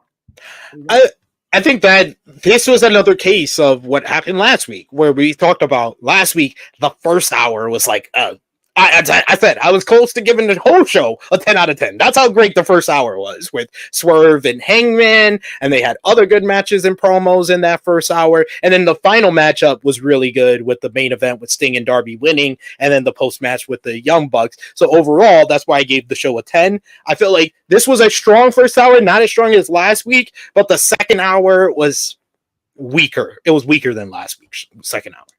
Oh, certainly agree on that. I don't know what the finish of this match is going to be outside of Joe wins. I would love it if Hangman's hatred of Swerve is what cost him in this fucking match. I don't know what that would be. But yeah. What I really want, though, after watching this segment, I was like, I really want Hangman and Swerve to have their Michaels Triple H against Benoit moment. Of we're gonna take out Joe so it could just be us. Ooh. That's what I feel like that they have like stayed away from even teasing that's gonna be one of the big moments of that matchup is when they decide to work together to take out Joe because they want it to be between them. That'd be really dope. That'd be really dope. I wouldn't be shocked this match plays out like what year is that? It's not important. It's Rollins, Cena, and Lesnar. Ooh, yeah. Yeah. Get the fuck out of here. That's a good analogy too, because Hangman has for years has kind of been the Cena, and Swerve is more akin like ring style to Rollins, just much more charisma. Sorry. His hatred. I like Seth Rollins. What are you talking about? Shit on him whenever you get the chance. 3 stars in Seth. Fucking Swerve is a more charismatic version of Raw. Come on, man. Stop. So you're telling me Seth has more charisma than Swerve? Charisma is, I don't know. Depends on what you mean by charisma. Goldberg is very charismatic. Yeah. What anybody? Yeah. Okay, I'm glad we agree. I don't know. I feel like Seth is a tryhard. He's like the person who is just like naturally funny. I'm no, I'm not gonna do that. It's basically something I've been watching recently. Steve Harvey show. Cedric was always naturally funny. Steve always tries to be funny. Jesus, shit on Steve year. Am I wrong? Anyone who remembers the Steve Harvey show? Come on. Rollins is charismatic, but he does try to be like this fucking. I don't know what the fuck this all is. His wife's clothes is the best way to put it. It's very. We got it. We get it. We got it. All right, enough. By the way, I saw him wrestle recently. I watched some of his younger stuff, his like right after ROH stuff. I can't believe how much more athletic he was. Them knee surgeries really fucked him up. No, I watched what did I watch the other day? Shield versus Wyatt. And I was like, yo, Seth with his old knees was phenomenal. He was phenomenal with those old knees. He moves like he's 50 pounds heavier now. Yeah. It's kind of sad. It is sad. It very much is. We got Big Man Dogs. He says, Hangman is doing some good heel work because I'm legit annoyed by him. Yes! That's what makes it great. It makes it so great. Yeah, and I think that, I feel like Joe should win at Revolution. Like, I feel like you're cutting the legs off of something that can be remembered as one of the best AEW world title reigns and doesn't have to go a long time to do that. I think that you could do that with Joe, but he can't lose at Revolution. He needs to at least make one more pay-per-view cycle. And I feel like Swerve is going to be the one that dethrones him, but I feel like you can get one more pay-per-view cycle as just Swerve and Joe coming out of Revolution. I wouldn't be shocked if Hangman gives up halfway through this fucking match and decides to do something awful to Swerve and not save him. Joe just pins him. Hangman's like, well, works for me. I'll take that. I feel we're gonna have like a moment where Swerve looks like he's on the verge of victory on Joe, hits the Swerve stomp, 1, 2, and then it's Hangman pulling the ref out of the ring or hitting the ref. Not even like breaking the pin, he hits the ref to break the. Oh, that could be great. I'm very impressed with what they done with Hangman and Swerve. Yeah, I wish they didn't telegraph it a month ago, but fuck it, we're here now. Yeah. Really well done so far. The main event build to. For Revolution has been well done so far, in my opinion. Trey Jones says Joe realized he was about to be the third wheel and said, "Oh hell no!" That's basically what he did, and I was like, but like also during the segment, the other thing I thought of is that Joe thrives in these multi-man situations because immediately when I thought about it, I was like, "What's the greatest triple threat I ever seen?" Samoa Joe was in it. AJ Styles, Samoa Joe, Christopher Daniels. And then when you look at his WWE career, what's the one match people literally always mention? Two matches they literally always mention. They always mention the Brock matchup at Great Balls of Fire, and then 1 month later, that Monster Mash 4-way with him, Braun, Roman, and Brock at SummerSlam, which was one of the like exceed expectations 4-ways that we've seen in recent memory. So I think that Joe is going to smash this. I'm down. I expect a really good match. Yeah. We got King Potato. He says, in this 3-way promo, Joe was the dad who got sick of the brothers arguing over whose turn it is to play Fortnite. Joe had enough of the trash talk and said, if you don't shut up, I'm whooping both your asses. Did feel like that. It did. I will say, this revolution kind of snuck up on me.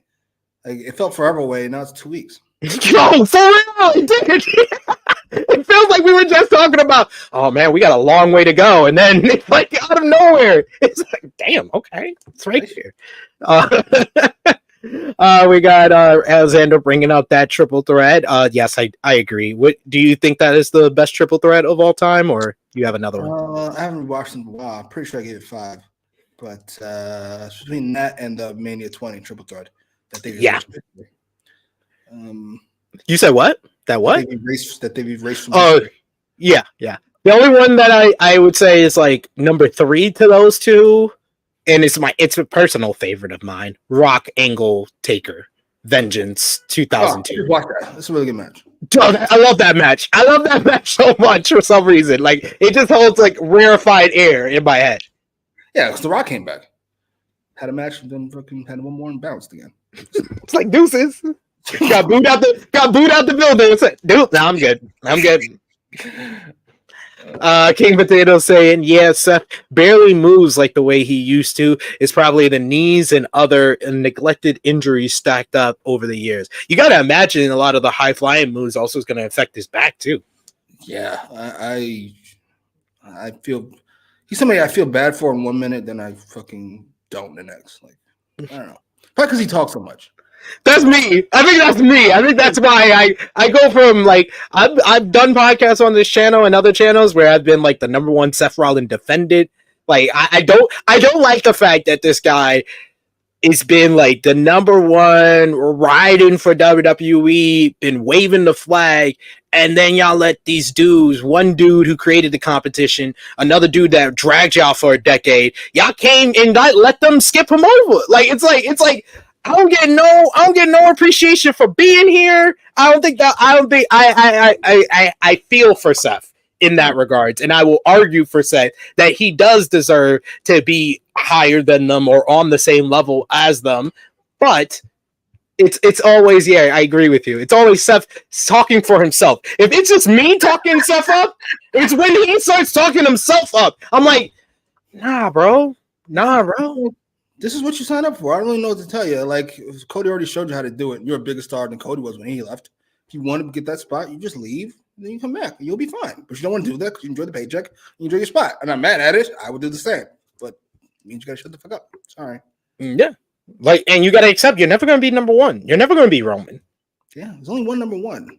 That Austin Rock thing was an anomaly. Sorry. But I can also feel for him. Like, I've worked at jobs where like I used to work at Victoria's Secret, and I could only imagine I'm working at Victoria's Secret. I've been working at Victoria's Secret for a year, and someone comes in on their first day and I have to train them to get better. And then after like a couple of months, they become the number one employee. They become employee of the month. They become basically the manager. I would feel some type of way. So I understand why he has it feels like a Napoleonic complex towards Roman Reigns being the number one guy because he helped train him, basically. Yes. Sorry. He's likable. You're not. You're not that you're not likable. I'm just saying. He has something. You're not the guy. I don't know what you want. That was foul. We got another super chat donation from the great Will Chisholm. Sorry. The best. Don't know shit. We got Will Chisholm who says QT came back to AEW. I guess he found out no other company was going to give him the world title. I guess he found out he not him. Yeah, what do you think about QT Marshall returning to All Elite Wrestling? I fucking laughed hysterically. Listen, I appreciate you fucking having a great sense of self and you want to get your worth, and Cody's your friend, and you fucking Cody got me. I'm good, y'all. Cody got me. I can only imagine Cody talking to Triple H about bringing it. And get Triple H having to sit down and watch QT Marshall matches and just laughing his ass off. I'm going, no, it's going to be a no from me, big dog. Sorry. Not going to happen. Hey, listen, props to QT for having a pride, or swallowing his pride and going back. Hey. He fucked around and found out. Like, how you quit your job and be like, man, I'm just going to apply for other jobs. Just watch me. And then you just, I know what the fuck I'm doing. Then you did the opposite of Grandpa Simpson and walked right back in.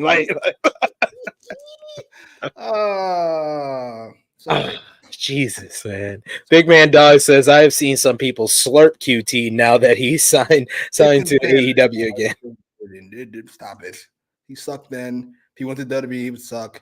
He sucks when he's coming back. I'm sorry. No offense, sir. Sure, but did you see the caveat? Which I think if that's true, AEW, I need to give you so much praise. I'm going to do my research. The fact that they hired him back in the backstage role, but not as a wrestler.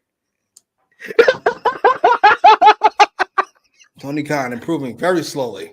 Very slowly. I mean, I'll take progression, even if it's slow progression. Yeah. What? Great job. Absolutely.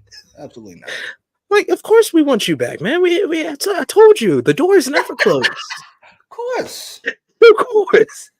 Of course we want you back. King Potato said, Seth lost a lot of goodwill when he made those Mox comments about taking money away from him. Yeah. I don't remember that. That was when he was asked about Jon Moxley going to AEW back in 2019. And he was like, yeah, I'm happy for him to have the great opportunity, but if he's going to another promotion, he has to understand he's taking food out my family's mouths. Could you all stop?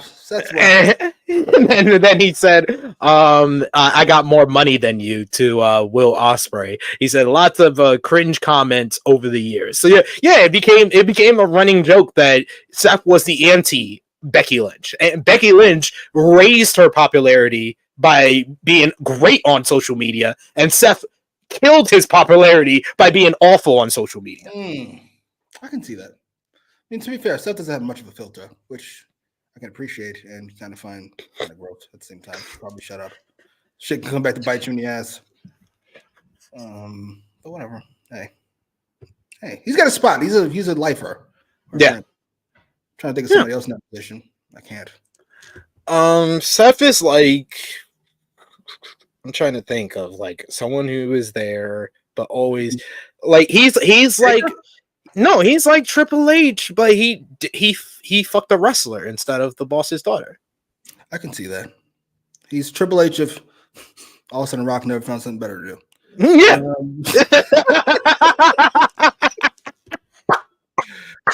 Sorry.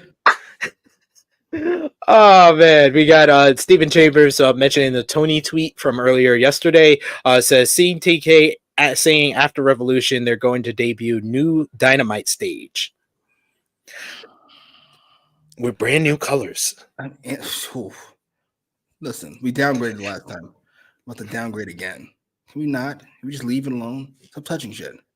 I think small incremental changes. Do you like the LED screens around the ring now? I didn't even notice them, to be honest. Sure. Cool. We got another super chat donation from the one, the only Will Chisholm. Thank you so much, Will. That's fucking bullshit. Will says, let's be real. whose spot Seth is taking if he go into AEW. He damn sure not going to be the guy. And I'm a Seth fan. He would be one of the guys. Yeah, he would. I don't know if he would be the guy, but he would definitely he would be in the conversation with your Swerve, with your Ospreys, with your Danielsons. He would be in that mix. Met all those guys. The only person he'd be behind for me is MJF. That's about it. Sorry, I know it's not fair. He'd be doing what he had done to him. He would come in and take somebody's spot. Yeah. Right now, I'm the star. Sorry. What would he call himself? Don't call yourself Tyler Black. I'm sorry. I don't care what anybody says. That is not the name of a star. And we also have with opinion that's not a star's name. But you also have to look at the history with AEW. AEW started in 2019. The first pay-per-view ended with the number 3 guy from WWE walking in the door and becoming the number 1 guy. Right away. John Moxley was, but at best, and I'm really emphasizing, at best, he was the number 3 guy in WWE before he left. Probably before he left, he was somewhere like 6 or 7. But at one time in his WWE run, he was the number 3 guy, and he walked into AEW, became the number 1 guy within months. Yes. AEW's more loaded now, but such a big start than Moxley was. So also, yeah, you have to take that into account as well. Yeah. We got another super chat donation. This time not from Will Chisholm. I know. It's this is the biggest shock of the whole entire episode. Not from Will Chisholm, from Alexander. Thank you, Alexander Fitzgerald. This is also on you, because you can stop this. So should be the guy in AEW. Alexander says that tag match next week with RVD, Hook, and Hangman versus Swerve Joe and Brian Cage is wild. DK hit the fast forward button in WWE Universe to book that one. Ironically enough, though, he has been building to this 6-man, because when that 6-man graphic came up, I was like, yeah, that kind of makes sense, because they did the whole thing with RVD, with Hook, and Brian Cage involved in that. I thought that would lead to a tag team matchup, but you're instead putting the 2 guys that Swerve's going to be facing in the main event, and it creates interesting kind of combinations for both teams, because we know Swerve and Joe are not going to get along, and how is this new Hangman character going to go get along with Hook and RVD? So I like this, making this matchup for next week. I'd love to see some of that throughout the show, but instead we'll just get the 6-man. I don't know why people don't book the shit properly anymore. WWE does the same thing too. I'm not sure why we don't get more damage control segments throughout the show. I'm so annoyed. Oh well. Fuck it. Fair. I'm just old, I think. Old and annoyed. We got Big Man Dog says Tyler Black can take over House of Black after Malachi and Buddy leave. Signed to 2000. What? Malachi signed to? You big dummy. What the fuck? You dumb. 600 days now without a singles match. 600 days. Come on, man. King Potato says he's gonna go to AEW and call himself Tyler freaking Black. That's actually a smoother segue. It is though. Tyler freaking Black is the perfect thing to do to keep your character from WWE. Just do it somewhere else. I like it. And we got King Potato says that match was so fucking good, by the way. Talking about Swerve and RVD. And I think this next week, the trios matchup should be a bunch of fun. But next up, we heard from the AEW Women's World Champion, Timeless Toni Storm, and she's got a new film premiering, Wet Ink. Toni talks about her tattoo, and she asks herself, what does her tattoo remind her of? And she says that her tattoo reminds her of a girl she befriended because she felt sorry for her. Storm says that Deonna Purrazzo was her young girl in Japan. She helped her get into Japan, helped train her in Stardom, and Purrazzo was nurtured on her bosom of brilliance, and she suckled on the teat of talent. Storm says that Purrazzo bit the tit that fed her, as somewhere along the way, Purrazzo forgot she was just an extra and not a star. Storm asks, what do you do when you can't change the past? You kill it. This all took place at a tattoo parlor as Tony got a matching, the matching bird tattoo got an extra element to it, which was a dagger going through the bird. Jesus. And then we would hear from Deonna Purrazzo, who let Tony know simply, she's gonna break her arm at Revolution, bitch. What did you think about Wet Ink, the new film from Timeless Tony Storm? Right out of fucking post-Prime Rock playbook. Add bitch to the end of it. It's a good line. I thought it was a fine response. If she went with any more than that, I think that she would have just been like, it would have been very obvious. We don't need to hear from you. It's not about you. This is about the great Tony Storm. Holy shit, this is great. This is a 5-star movie. 5-star movie. It's close. That and Goodfellas, I don't know if it's my favorite. You know, it's like it's great. Goodfellas, Wet Ink, good change. Shockingly good. This is, I'm not sure how long they can keep this up. Actually, we can talk about this for half a second. Things like this, Tony Storm, which are brilliant, obviously so. I'm never sure how long they can last. I know it can't last forever. I know it can't last as long as most would like. But the only other option is to end it early. And you don't want to do that either. I don't know. Sorry, I'm thinking about Dexter Lumis and The Miz. That started hot and it just went on forever. Yeah. R-Truth. Some people are getting sick of that now. I'm not there yet, but I can see I'm not there yet, but I can see why you would. Yeah. And Tony Storm's in the same boat where I love it. But there's been people that said that they're not into it from day one. And I feel like you're never going to change those people, but it seems like the people that have enjoyed it since day one, they haven't, like, it's not gotten old for them. Yeah. Oh, no, not yet. I just wonder when that is. I think that they've added enough stuff, and this feud is adding more depth to her. In that, I like the other line she said in this, where she said, "You want the old Tony Storm? You're gonna get the old Tony Storm." Meaning that maybe she turns down the character a little bit in the matchup, and we get her having a great matchup as well, and then she can instantly turn back on the character whenever she wants. Ooh, that could be fun. Here's hoping, because this is as good as anybody's ever been booked in the women's division. I am honestly hoping, though, that we don't rush into Mercedes and Tony, because I feel like once she's in the feud with Mercedes, that's the feud she's losing, and then we're gonna get another change of her character. Because that line still sticks with me from commentary of every time Tony Storm loses this title, we see a change in her character. So I want this to ride out a little bit longer. I think they can if they can find one more person, whether that be a Thunder Rosa or a Serena Deeb, who they have been heating up, and we don't know if both are going to be for the TBS title, or are they heating up one of them for the women's title after Revolution. They can squeeze in one of those for Double or Nothing, and then we can go into the summer where I really feel like Mercedes and Tony is your all-in women's title match.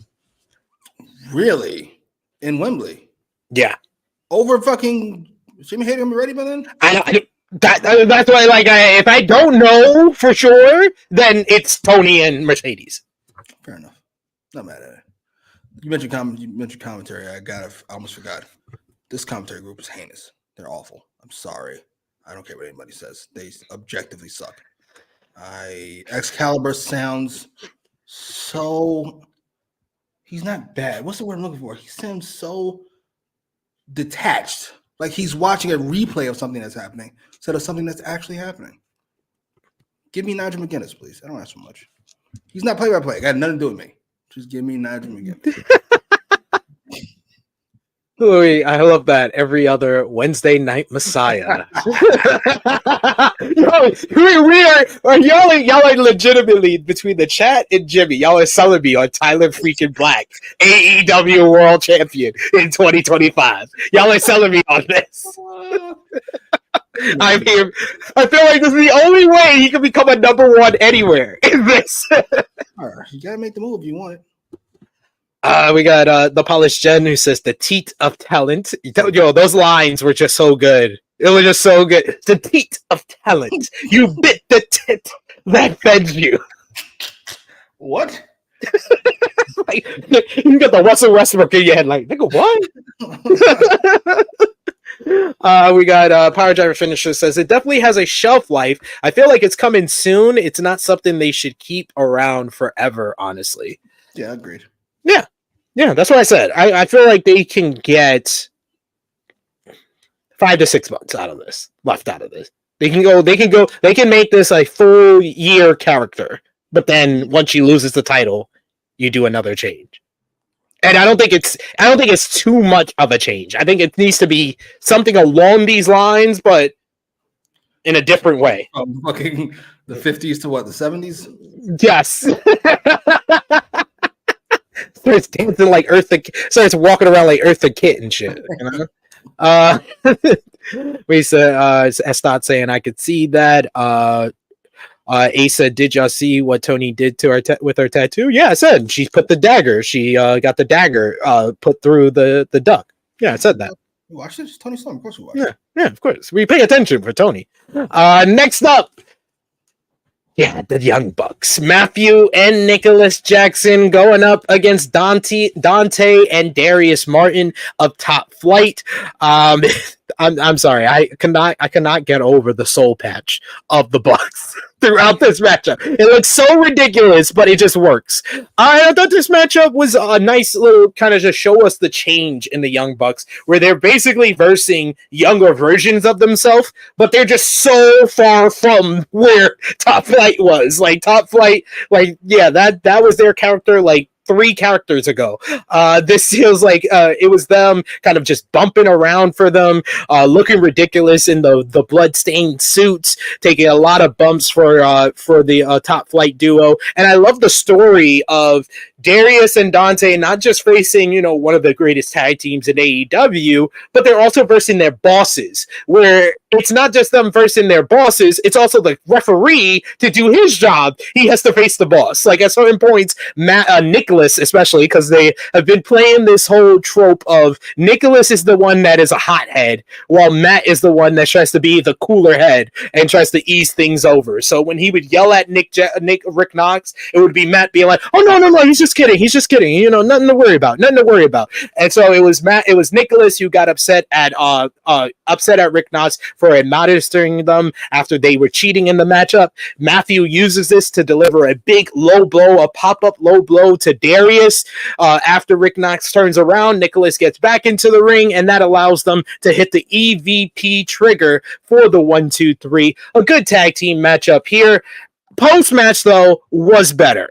We got the highlights. I love the fact we're seeing some new sponsorship for AEW as we got a move of the night. Like this was fucking WWE, sponsored by TurboTax. And then Tony Schiavone got into the ring to interview the Young Bucks.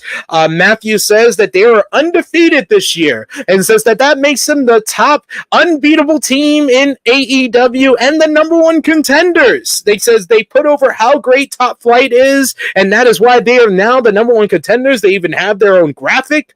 Schiavone says that Sting is not there tonight due to their heinous act from last week.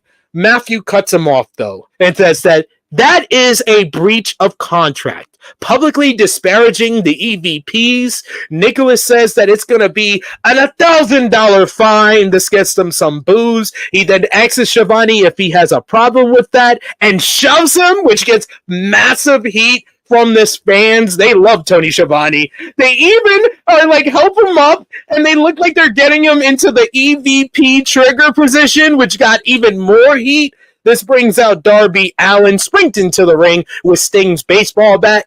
Allin gets on the mic, and he reminds the Young Bucks of the original mission statement of All Elite Wrestling, and he says that it was to change the world. Allin says that he once begged the Young Bucks to get hired to AEW, but they saw nothing in him instead, hiring their shit California crew friends. Allin said that thank God there was an MVP around with a sense of brains. And no, I'm not talking about Kenny Omega. This brought out a Cody chant.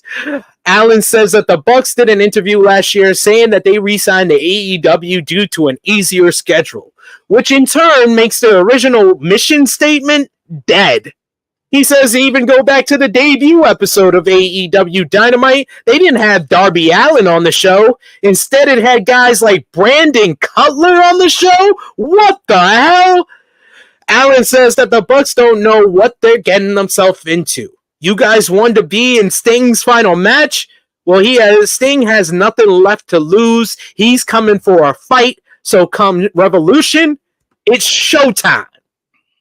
It was made official. Darby Allin and Sting versus Matthew and Nicholas Jackson for the AEW World Tag Team Championships. And it was made official with the graphic. It will be a Tornado Tag Team bout. What did you think about the Bucks versus Top Flight? What did you think about the post-match segment with the Bucks and Tony Schiavone and then the promo by Darby Allin? All right, we're not going to be too rough on the Bucks. Mostly because I love Nick Jackson. So, match was good. I have a problem with the presentation, but we're not talking about that right now. We'll get to it. Match was good. Post-match was, I'd probably go even really good. I love the threatening of Schiavone with the EVP kick, the EVP knee. Darby was really good. I totally forgot he was a CM Punk guy until he started talking. I was like, oh, right. That is a nice little, we'll call it icing on the cake. I thought it was a nice touch. Good play on them. I didn't see that coming. I don't know why. Shot at fucking dummy Brandon Cutler. Fantastic. He's very bad at his job. It is what it is. Shot at the California crew. They all stink. Nice shot there. Sorry. Jungle Boy. Excalibur is one of them too. Give it all these bums who shouldn't have jobs because Kenny Omega's talented. This is wild. How does that math work out? I don't know how that works. I'm like Cody, who does the right thing, doesn't hire fucking QT Marshall. Exactly. He's the one that hired him in the first place. What? He's the one that hired him in the first place. QT Marshall's better than Brandon Cutler. Better than Excalibur. Sorry. No, he's not. Stop it. He ain't better than Excalibur. No, he ain't. Objectively bad at his job. No, he's not. I don't agree. You should be giving your own commentary. You don't hear the shit we're hearing. We have to hear this cocksucker talk. That's really good. I enjoyed all this. This was really well done. I wish they'd be a little more serious all the time, but fuck it. If this is what I get, this is the best version. No. Okay, so I guess I'm the one that is probably more negative about this segment than you are. Ooh, okay. So I like Darby's promo. I think that it created a beef that he has with the Young Bucks. That's great. Got a great response. It plays up the Young Bucks' new character, and the All Friends reference, which is a Cornette reference. That's him playing along into the negative Young Bucks fan base who use terms like that. So I didn't have a problem with that. I didn't even have a problem with him mentioning Cody, even though I don't think he needed to say, and I'm not talking about Kenny Omega because that led to the fans chanting for Cody. If you would have just let it open-ended, you don't have the number one babyface of the opposite company getting chanted. If you just left it open. You're number two. What do you care? He didn't need to say that to get the chant. You don't need it. Those dummies didn't get it. Did you hit a crowd? Yeah, that's fine. It doesn't matter if they don't get it or not. I don't want to hear no Cody chant. My number one issue with all of this though is that did the attack last week not fucking matter to Darby? He did not fucking mention it. Ooh. He did not even fucking care. He cares more about the Young Bucks not giving him a fucking job than bloodying him last fucking week. The fuck is your memory loss? How the fuck you get a memory loss of what happened last week, but you know what happened 5 years ago? Why does that fucking matter? Solid point. I hadn't even considered that. Much like Darby, I totally forgot he was there for that beatdown. That's fair. That's a fair point. I wonder how much beef they actually have. No, I don't think there's any beef at all between Darby and the Bucks, but I think that this was the point. The point of the segment was to create that Darby has an issue with the Young Bucks, which is all fine and dandy, but his issue with the Young Bucks should stem from getting attacked and bloody last week. Oh, fucking certainly. like I don't care. I don't care if they didn't hire you 5 years ago. I don't care, bro. I care about what happened last week. Alexander is saying they keep in those soul patches so they can put Sting's face paint. Oh, if they do that, I'm gonna love it. I'm gonna love it. It's gonna be great. Power Driver Finisher agrees with Jimmy here. He says Excalibur just goes through the motions, trying to keep up with all the moves, and maybe should try to tell what it is the wrestlers are aiming for in their match. I think he can. I think that's a fatal flaw in his abilities, quite frankly. He's not good. At least as a number one guy. He can be Mike Tenay. Not TNA Mike Tenay. WCW Mike Tenay. We're the third guy who chimes in with random horse shit. Back in Germany, fucking 10 years ago, they beat this guy for this match. Great, sure. Because I'll tell you, Mike Tenay didn't start off real great in TNA because he was not playing the role he was accustomed to. And I felt like even at the beginning of AEW, I don't think that was supposed to be Excalibur's role either. I feel like Ross or Shivani was supposed to step in, but the person who was more in tune with the current product was Excalibur, and they put him into that position and haven't taken him from it. Yes, I think JR is not what he was 20 years ago, so they felt Excalibur was better suited for it. Fair enough. But it's like fucking Sting is getting his ass kicked in a ring.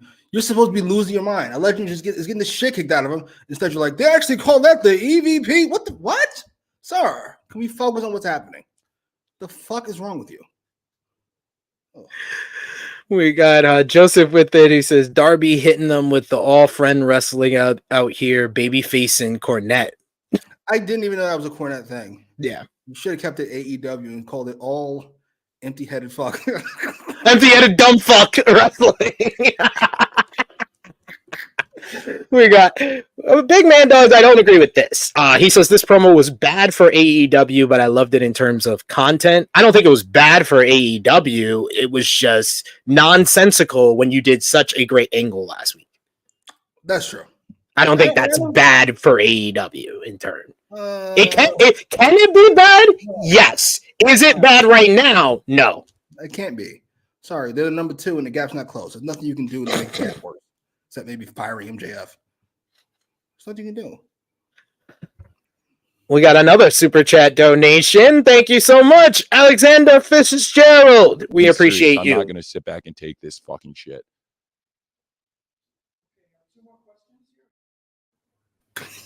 That's exactly what he said when WWE was taking on Andrade. He said, I'm not going to sit back and take this fucking shit. Mercedes, here's an extra fucking 0.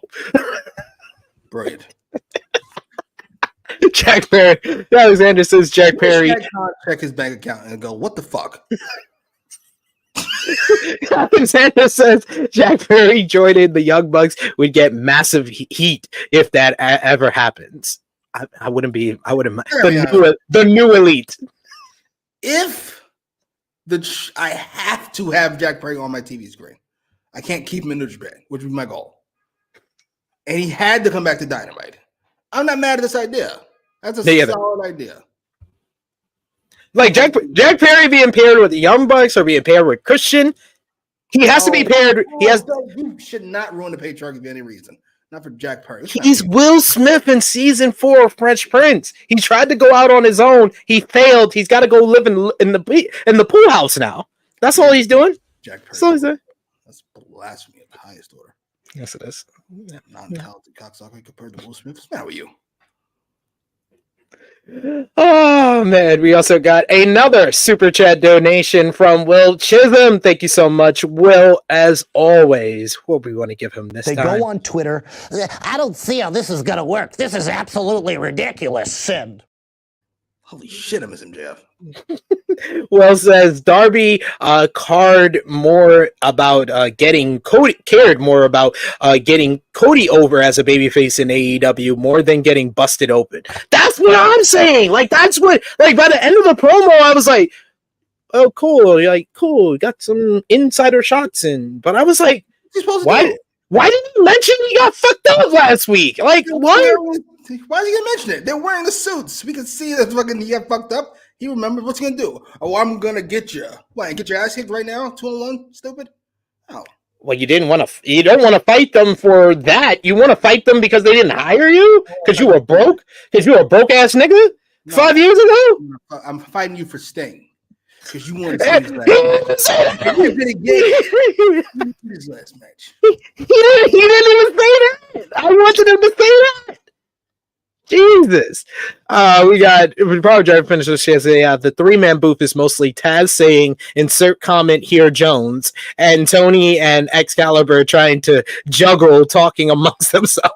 No, it's usually Taz saying that, and then him and Excalibur juggling, talking amongst themselves. Tony chimes in, and then they laugh at him. Yes.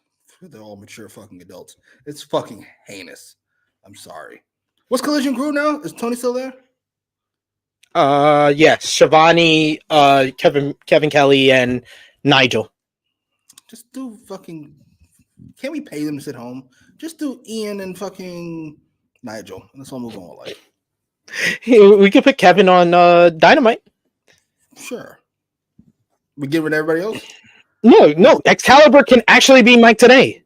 It would be Kevin Kelly being the one, and then Excalibur could be Mike today, and then Taz can just say, Jones out here, oh yeah, I'm a human centipede machine. I get the trademark on oranges, says Michael.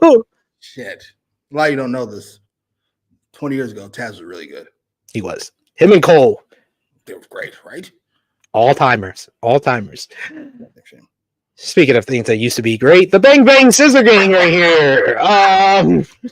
They say that they are here. Jay White is so sad. He says, like, I don't want to be here. He said they have an interview with Renee Paquette. Jay White says that they have new merch, gold, but have yet to test themselves, their cohesiveness as a group.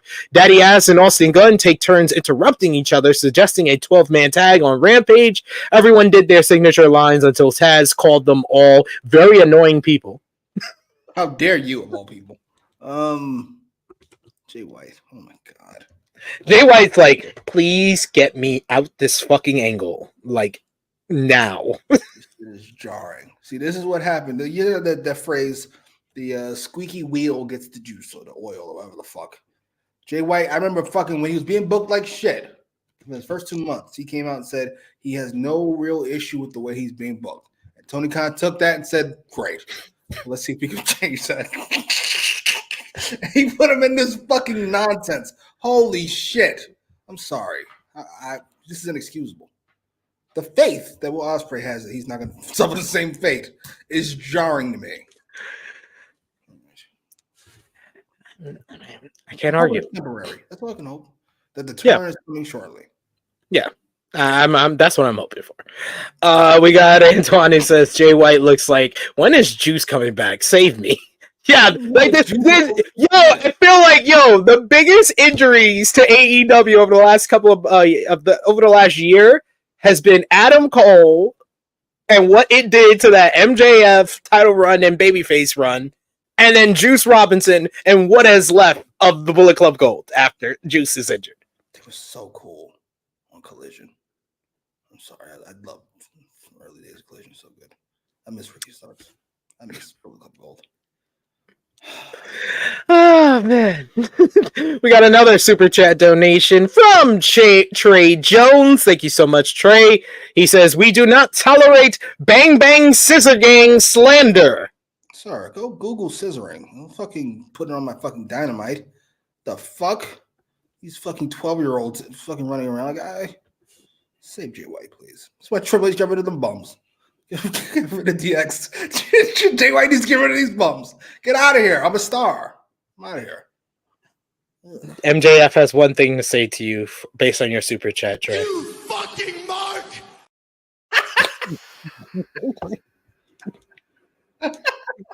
But no. I mean, I like the Bang Bang Scissor Gang. I like the individual parts. I like the Bullet Club Gold by themselves.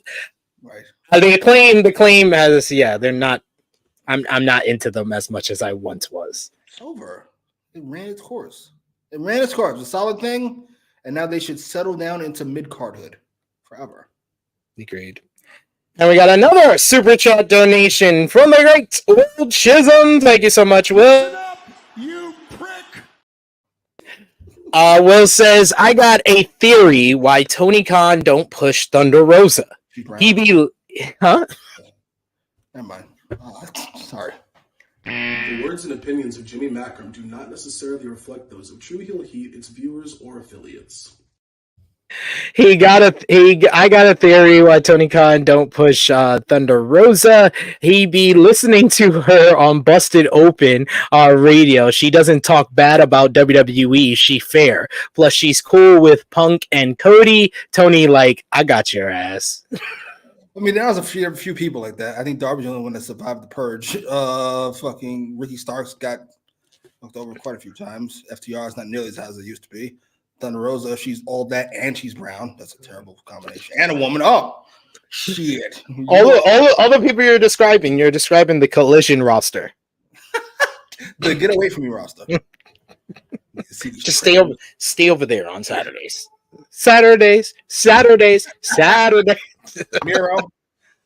Miro's another one, yeah. Miro's, he's like, I don't fuck with you, bro. I don't fuck with you. I was like, oh, your wife's hurt? Oh, you can stay at home too. Go ahead. Stay at home. Oh, yeah. Have for Miro if his wife is out. What?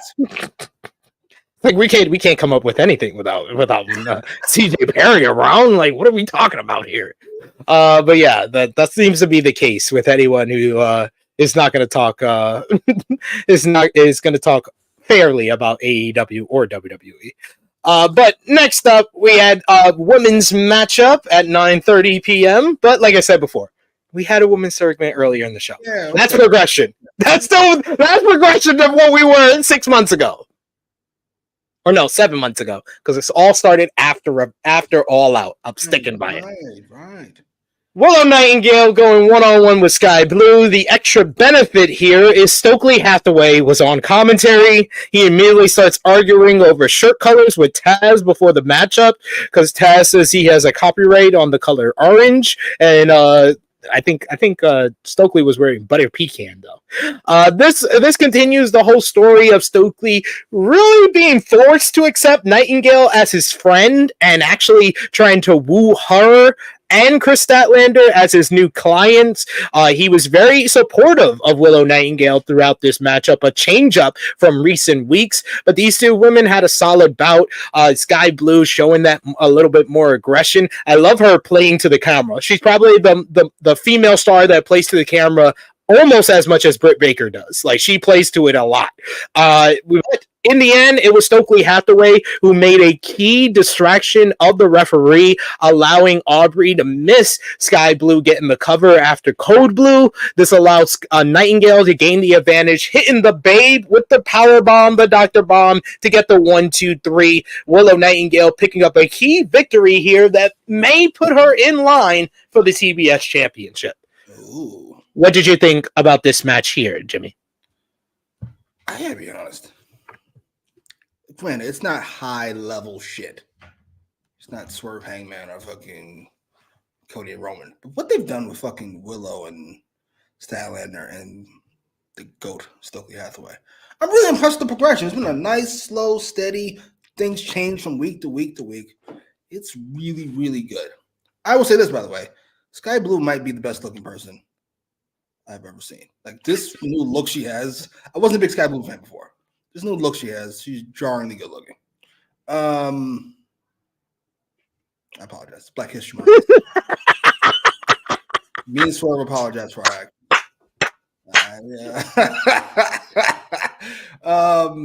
This is a really good match. I love Stokely cheating to win. I love Willow didn't see it, which is great. A nice little touch. And I'm very curious as to where this goes. I'm big on all this here. I think everybody's stock has been elevated here, except Statlander, who stayed pretty much status quo. That's not a loss. Yeah. But I feel like they've kept Statlander strong, where she's another one I could see.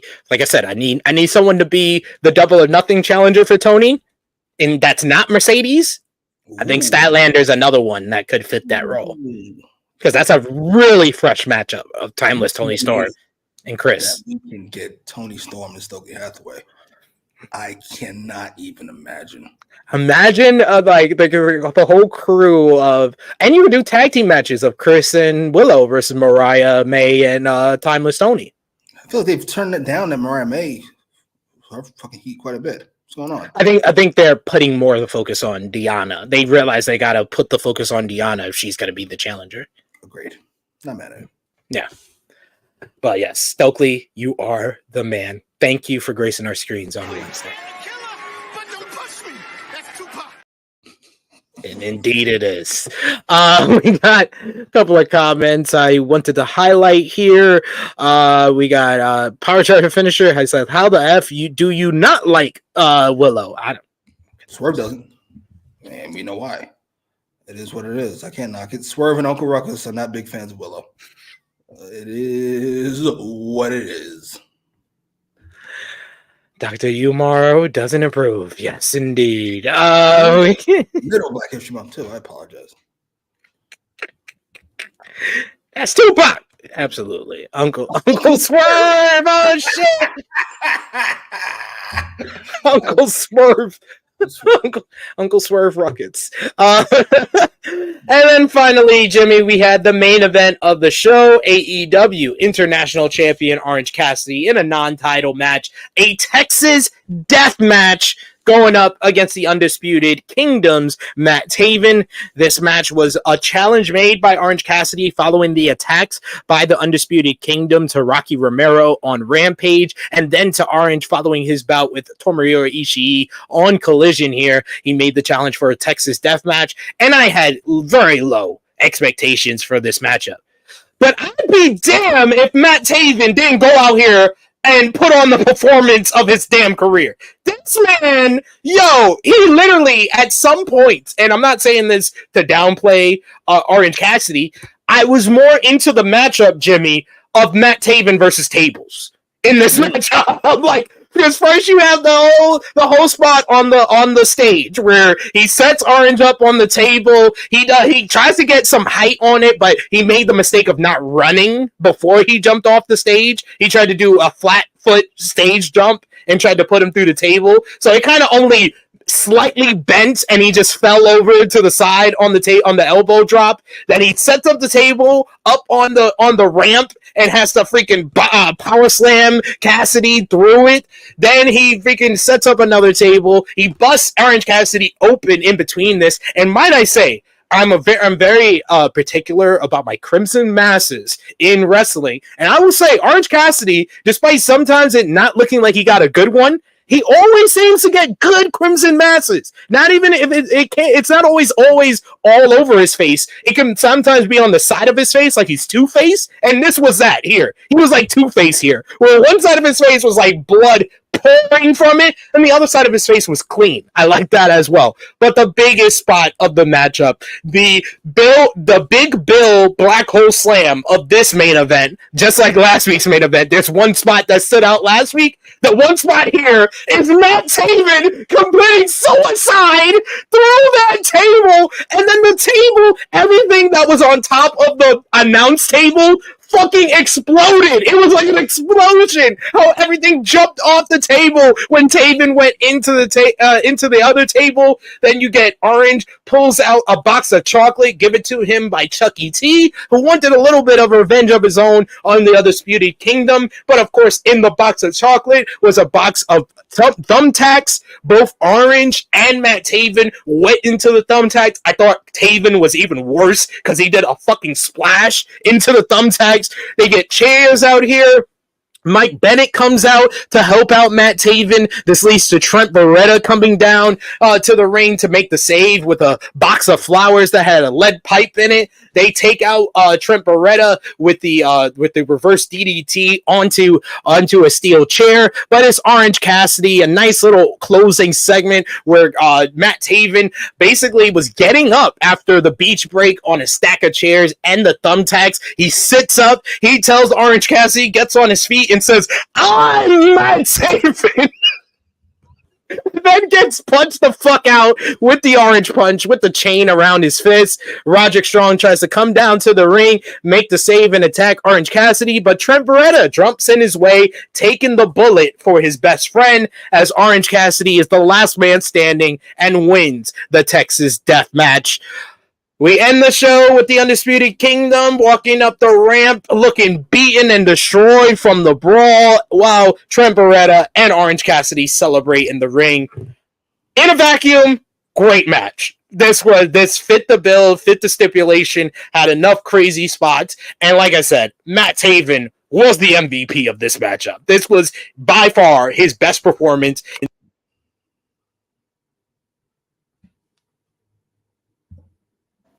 Sorry about that. He really showed out in a big way, and I had to hand it to him for that, even though this shouldn't have been the main event because they did not build it up to be the main event, and I agree with you, like you said earlier. Copeland and Garcia would have worked better here. Certainly. This is the least impressive billing of a main event since Colorado and Dustin Rhodes. That one's easily the worst. This is up there, though. Match is really good, though. I love both of these ladies, but Deonna Purrazzo versus Mercedes Martinez is second. Ooh. It's second. Ooh. Yeah. Ooh. Yeah. All right, that's second. This is third. I'm sure I can find another one. Give me some time. I'll find another one for you. It's going to be rough to find one that involves Matt Taven. Just a really good wrestler. I was impressed with his performance here.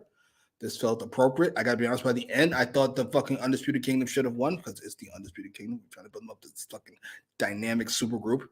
They use all this horse shit to all their crew coming down. They should have won the fucking match to prove that while they're not great individually as a unit, they're all together to fuck shit up. But no, they lost to Orange Cassidy and fucking Trent.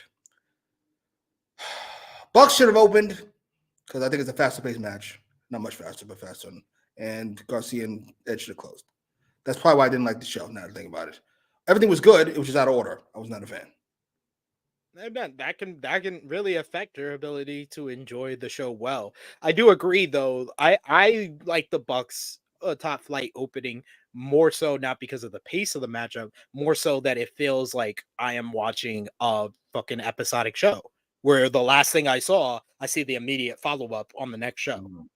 So I would have liked it in that sense. And I do agree that Mox versus Dax probably would have worked better in the middle of the show. You still have to do it earlier because you have to announce the tag team match for next week. So that wouldn't work in the main event, but in the middle of the show, it would have. Yeah, I get why you want to put this match on last. It's violent. It's going to be hard to follow it. Fuck it. It's not a main event. It just isn't. Sorry. And I also agree with you that if Taven won, this would have went a long way to put over Undisputed Kingdom. I think his performance helped him, but him winning would have helped the group.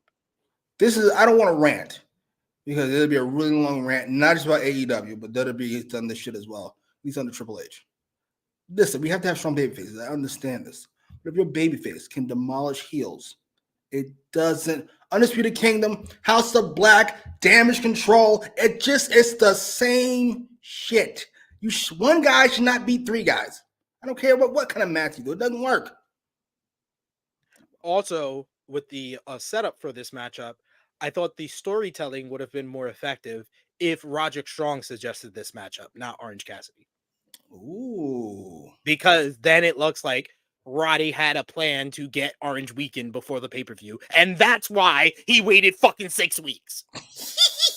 Oh, he just saved that awful booking. Like, yeah, it would have helped a lot. I would have been up on here and being like, oh my God, they figured out a way to make it make sense that Roddy waited so long. But the setup of this matchup was Orange made the challenge, therefore that's still a logic hole in this whole story. Goddamn shame. Oh well, maybe next week. We got another super chat donation from the great Will oh no, seriously, Trey Jones. Trey Jones, thank you so much, Trey. We appreciate the love. He says, "I need more Trent laying pipe." Absolutely. All right. I will say that chair shot he took was on the rougher side. I don't know if he mistimed it or somebody mistimed it, but that was straight to his fucking head. Yeah, it definitely was. Why you so crazy? Take it easy. Take it easy. I pressed that a while ago, but it just went off. But yes, when you're saying lay in the pipe, you're just like relax. Pause. But yeah, that brings us to a close on another edition of AEW Dynamite. Let us know in the live chat your match of the night, your MVP, LVP. Out of 10, what did you give the show? Thumbs up, thumbs down, thumbs in the middle for me and Jimmy for the February 14th, 2024 edition of AEW Dynamite. Thumbs up, thumbs down, thumbs in the middle in 3, 2, 1. Thumbs up across the board from both of us. Jimmy, what did you give the show out of 10? I'm waffling between a 7 and a 7.5. I'm going to go with a 7. I thought the formatting was fucking heinous. I agree with you. Like it felt like okay, so at the start, before we record, usually I'll pull back the curtain a little bit. I always ask Jimmy how he felt about the show, and I usually tell him how I felt about the show.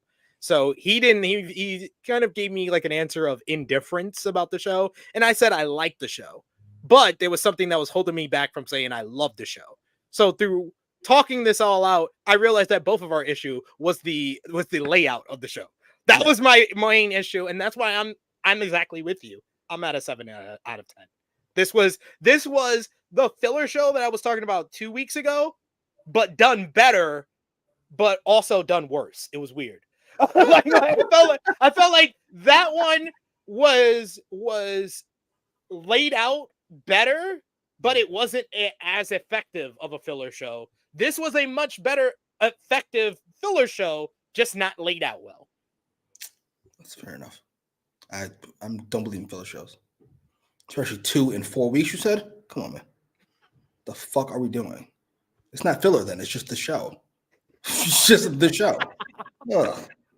DJ Eric says, I give it 2 big fucking thumbs up. MVP is Matt Taven going through the table on the announce desk. What the fuck you did last week? If this is 2 big fucking thumbs up, you only got 2 thumbs, sir. The fuck? We got Power Driver Finisher who says MVP Tony Storm, LVP Wardlow. We got King Potato who says, yeah, Tony has a card structure problem. That's a great way to say he's an idiot. That's very impressive, sir. I'm gonna try to steal some. Oh, come on! What do you think? You were doing so well. The views and opinions of Jimmy Macram do not necessarily reflect those of True Heel Heat, its viewers, or affiliates. Formatting is the easy part. That's the easy part of this. You know what you're gonna have on the show. All you gotta do is move shit around. It's like a word game where they give you a word that's all misspelled, so you gotta figure out where it goes. You have all the fucking letters right there. Just fucking take your time. You got a week. You got a week to figure this shit out. Jesus. Can't with this guy. And he so done. Your match of the night, Jimmy. Oh. I'm gonna go with Dax and Moxley. Because I never give Moxley any fucking credit. And he actually had a really good match this week. So I'm going with Dax and Moxley. I'll be different this week, and I will go with the main event. I'll go with Orange Cassidy and Matt Taven. I thought the main event and the opener were the best 2 matches on the show. Yeah, best 2 matches on the show. Not the best segment, though. MVP for the show, Jimmy. That's actually a tough one. I'm going to go with Christian. And no, he's usually MVP when he shows up. He showed up. MVP. Sorry.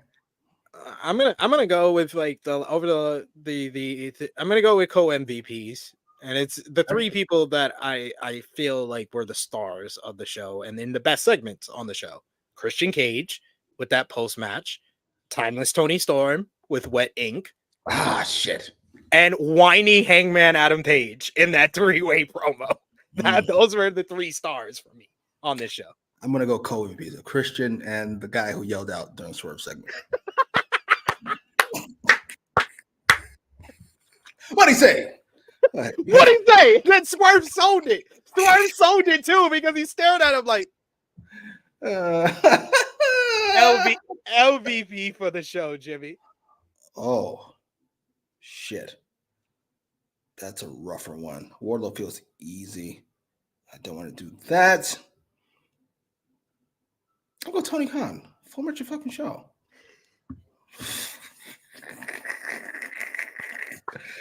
Fuck. This is simple shit here. I am gonna go with Wardlow because dead ass. It literally was like 10:30 p.m. and I was like, oh shit, I never tweeted about that Wardlow match.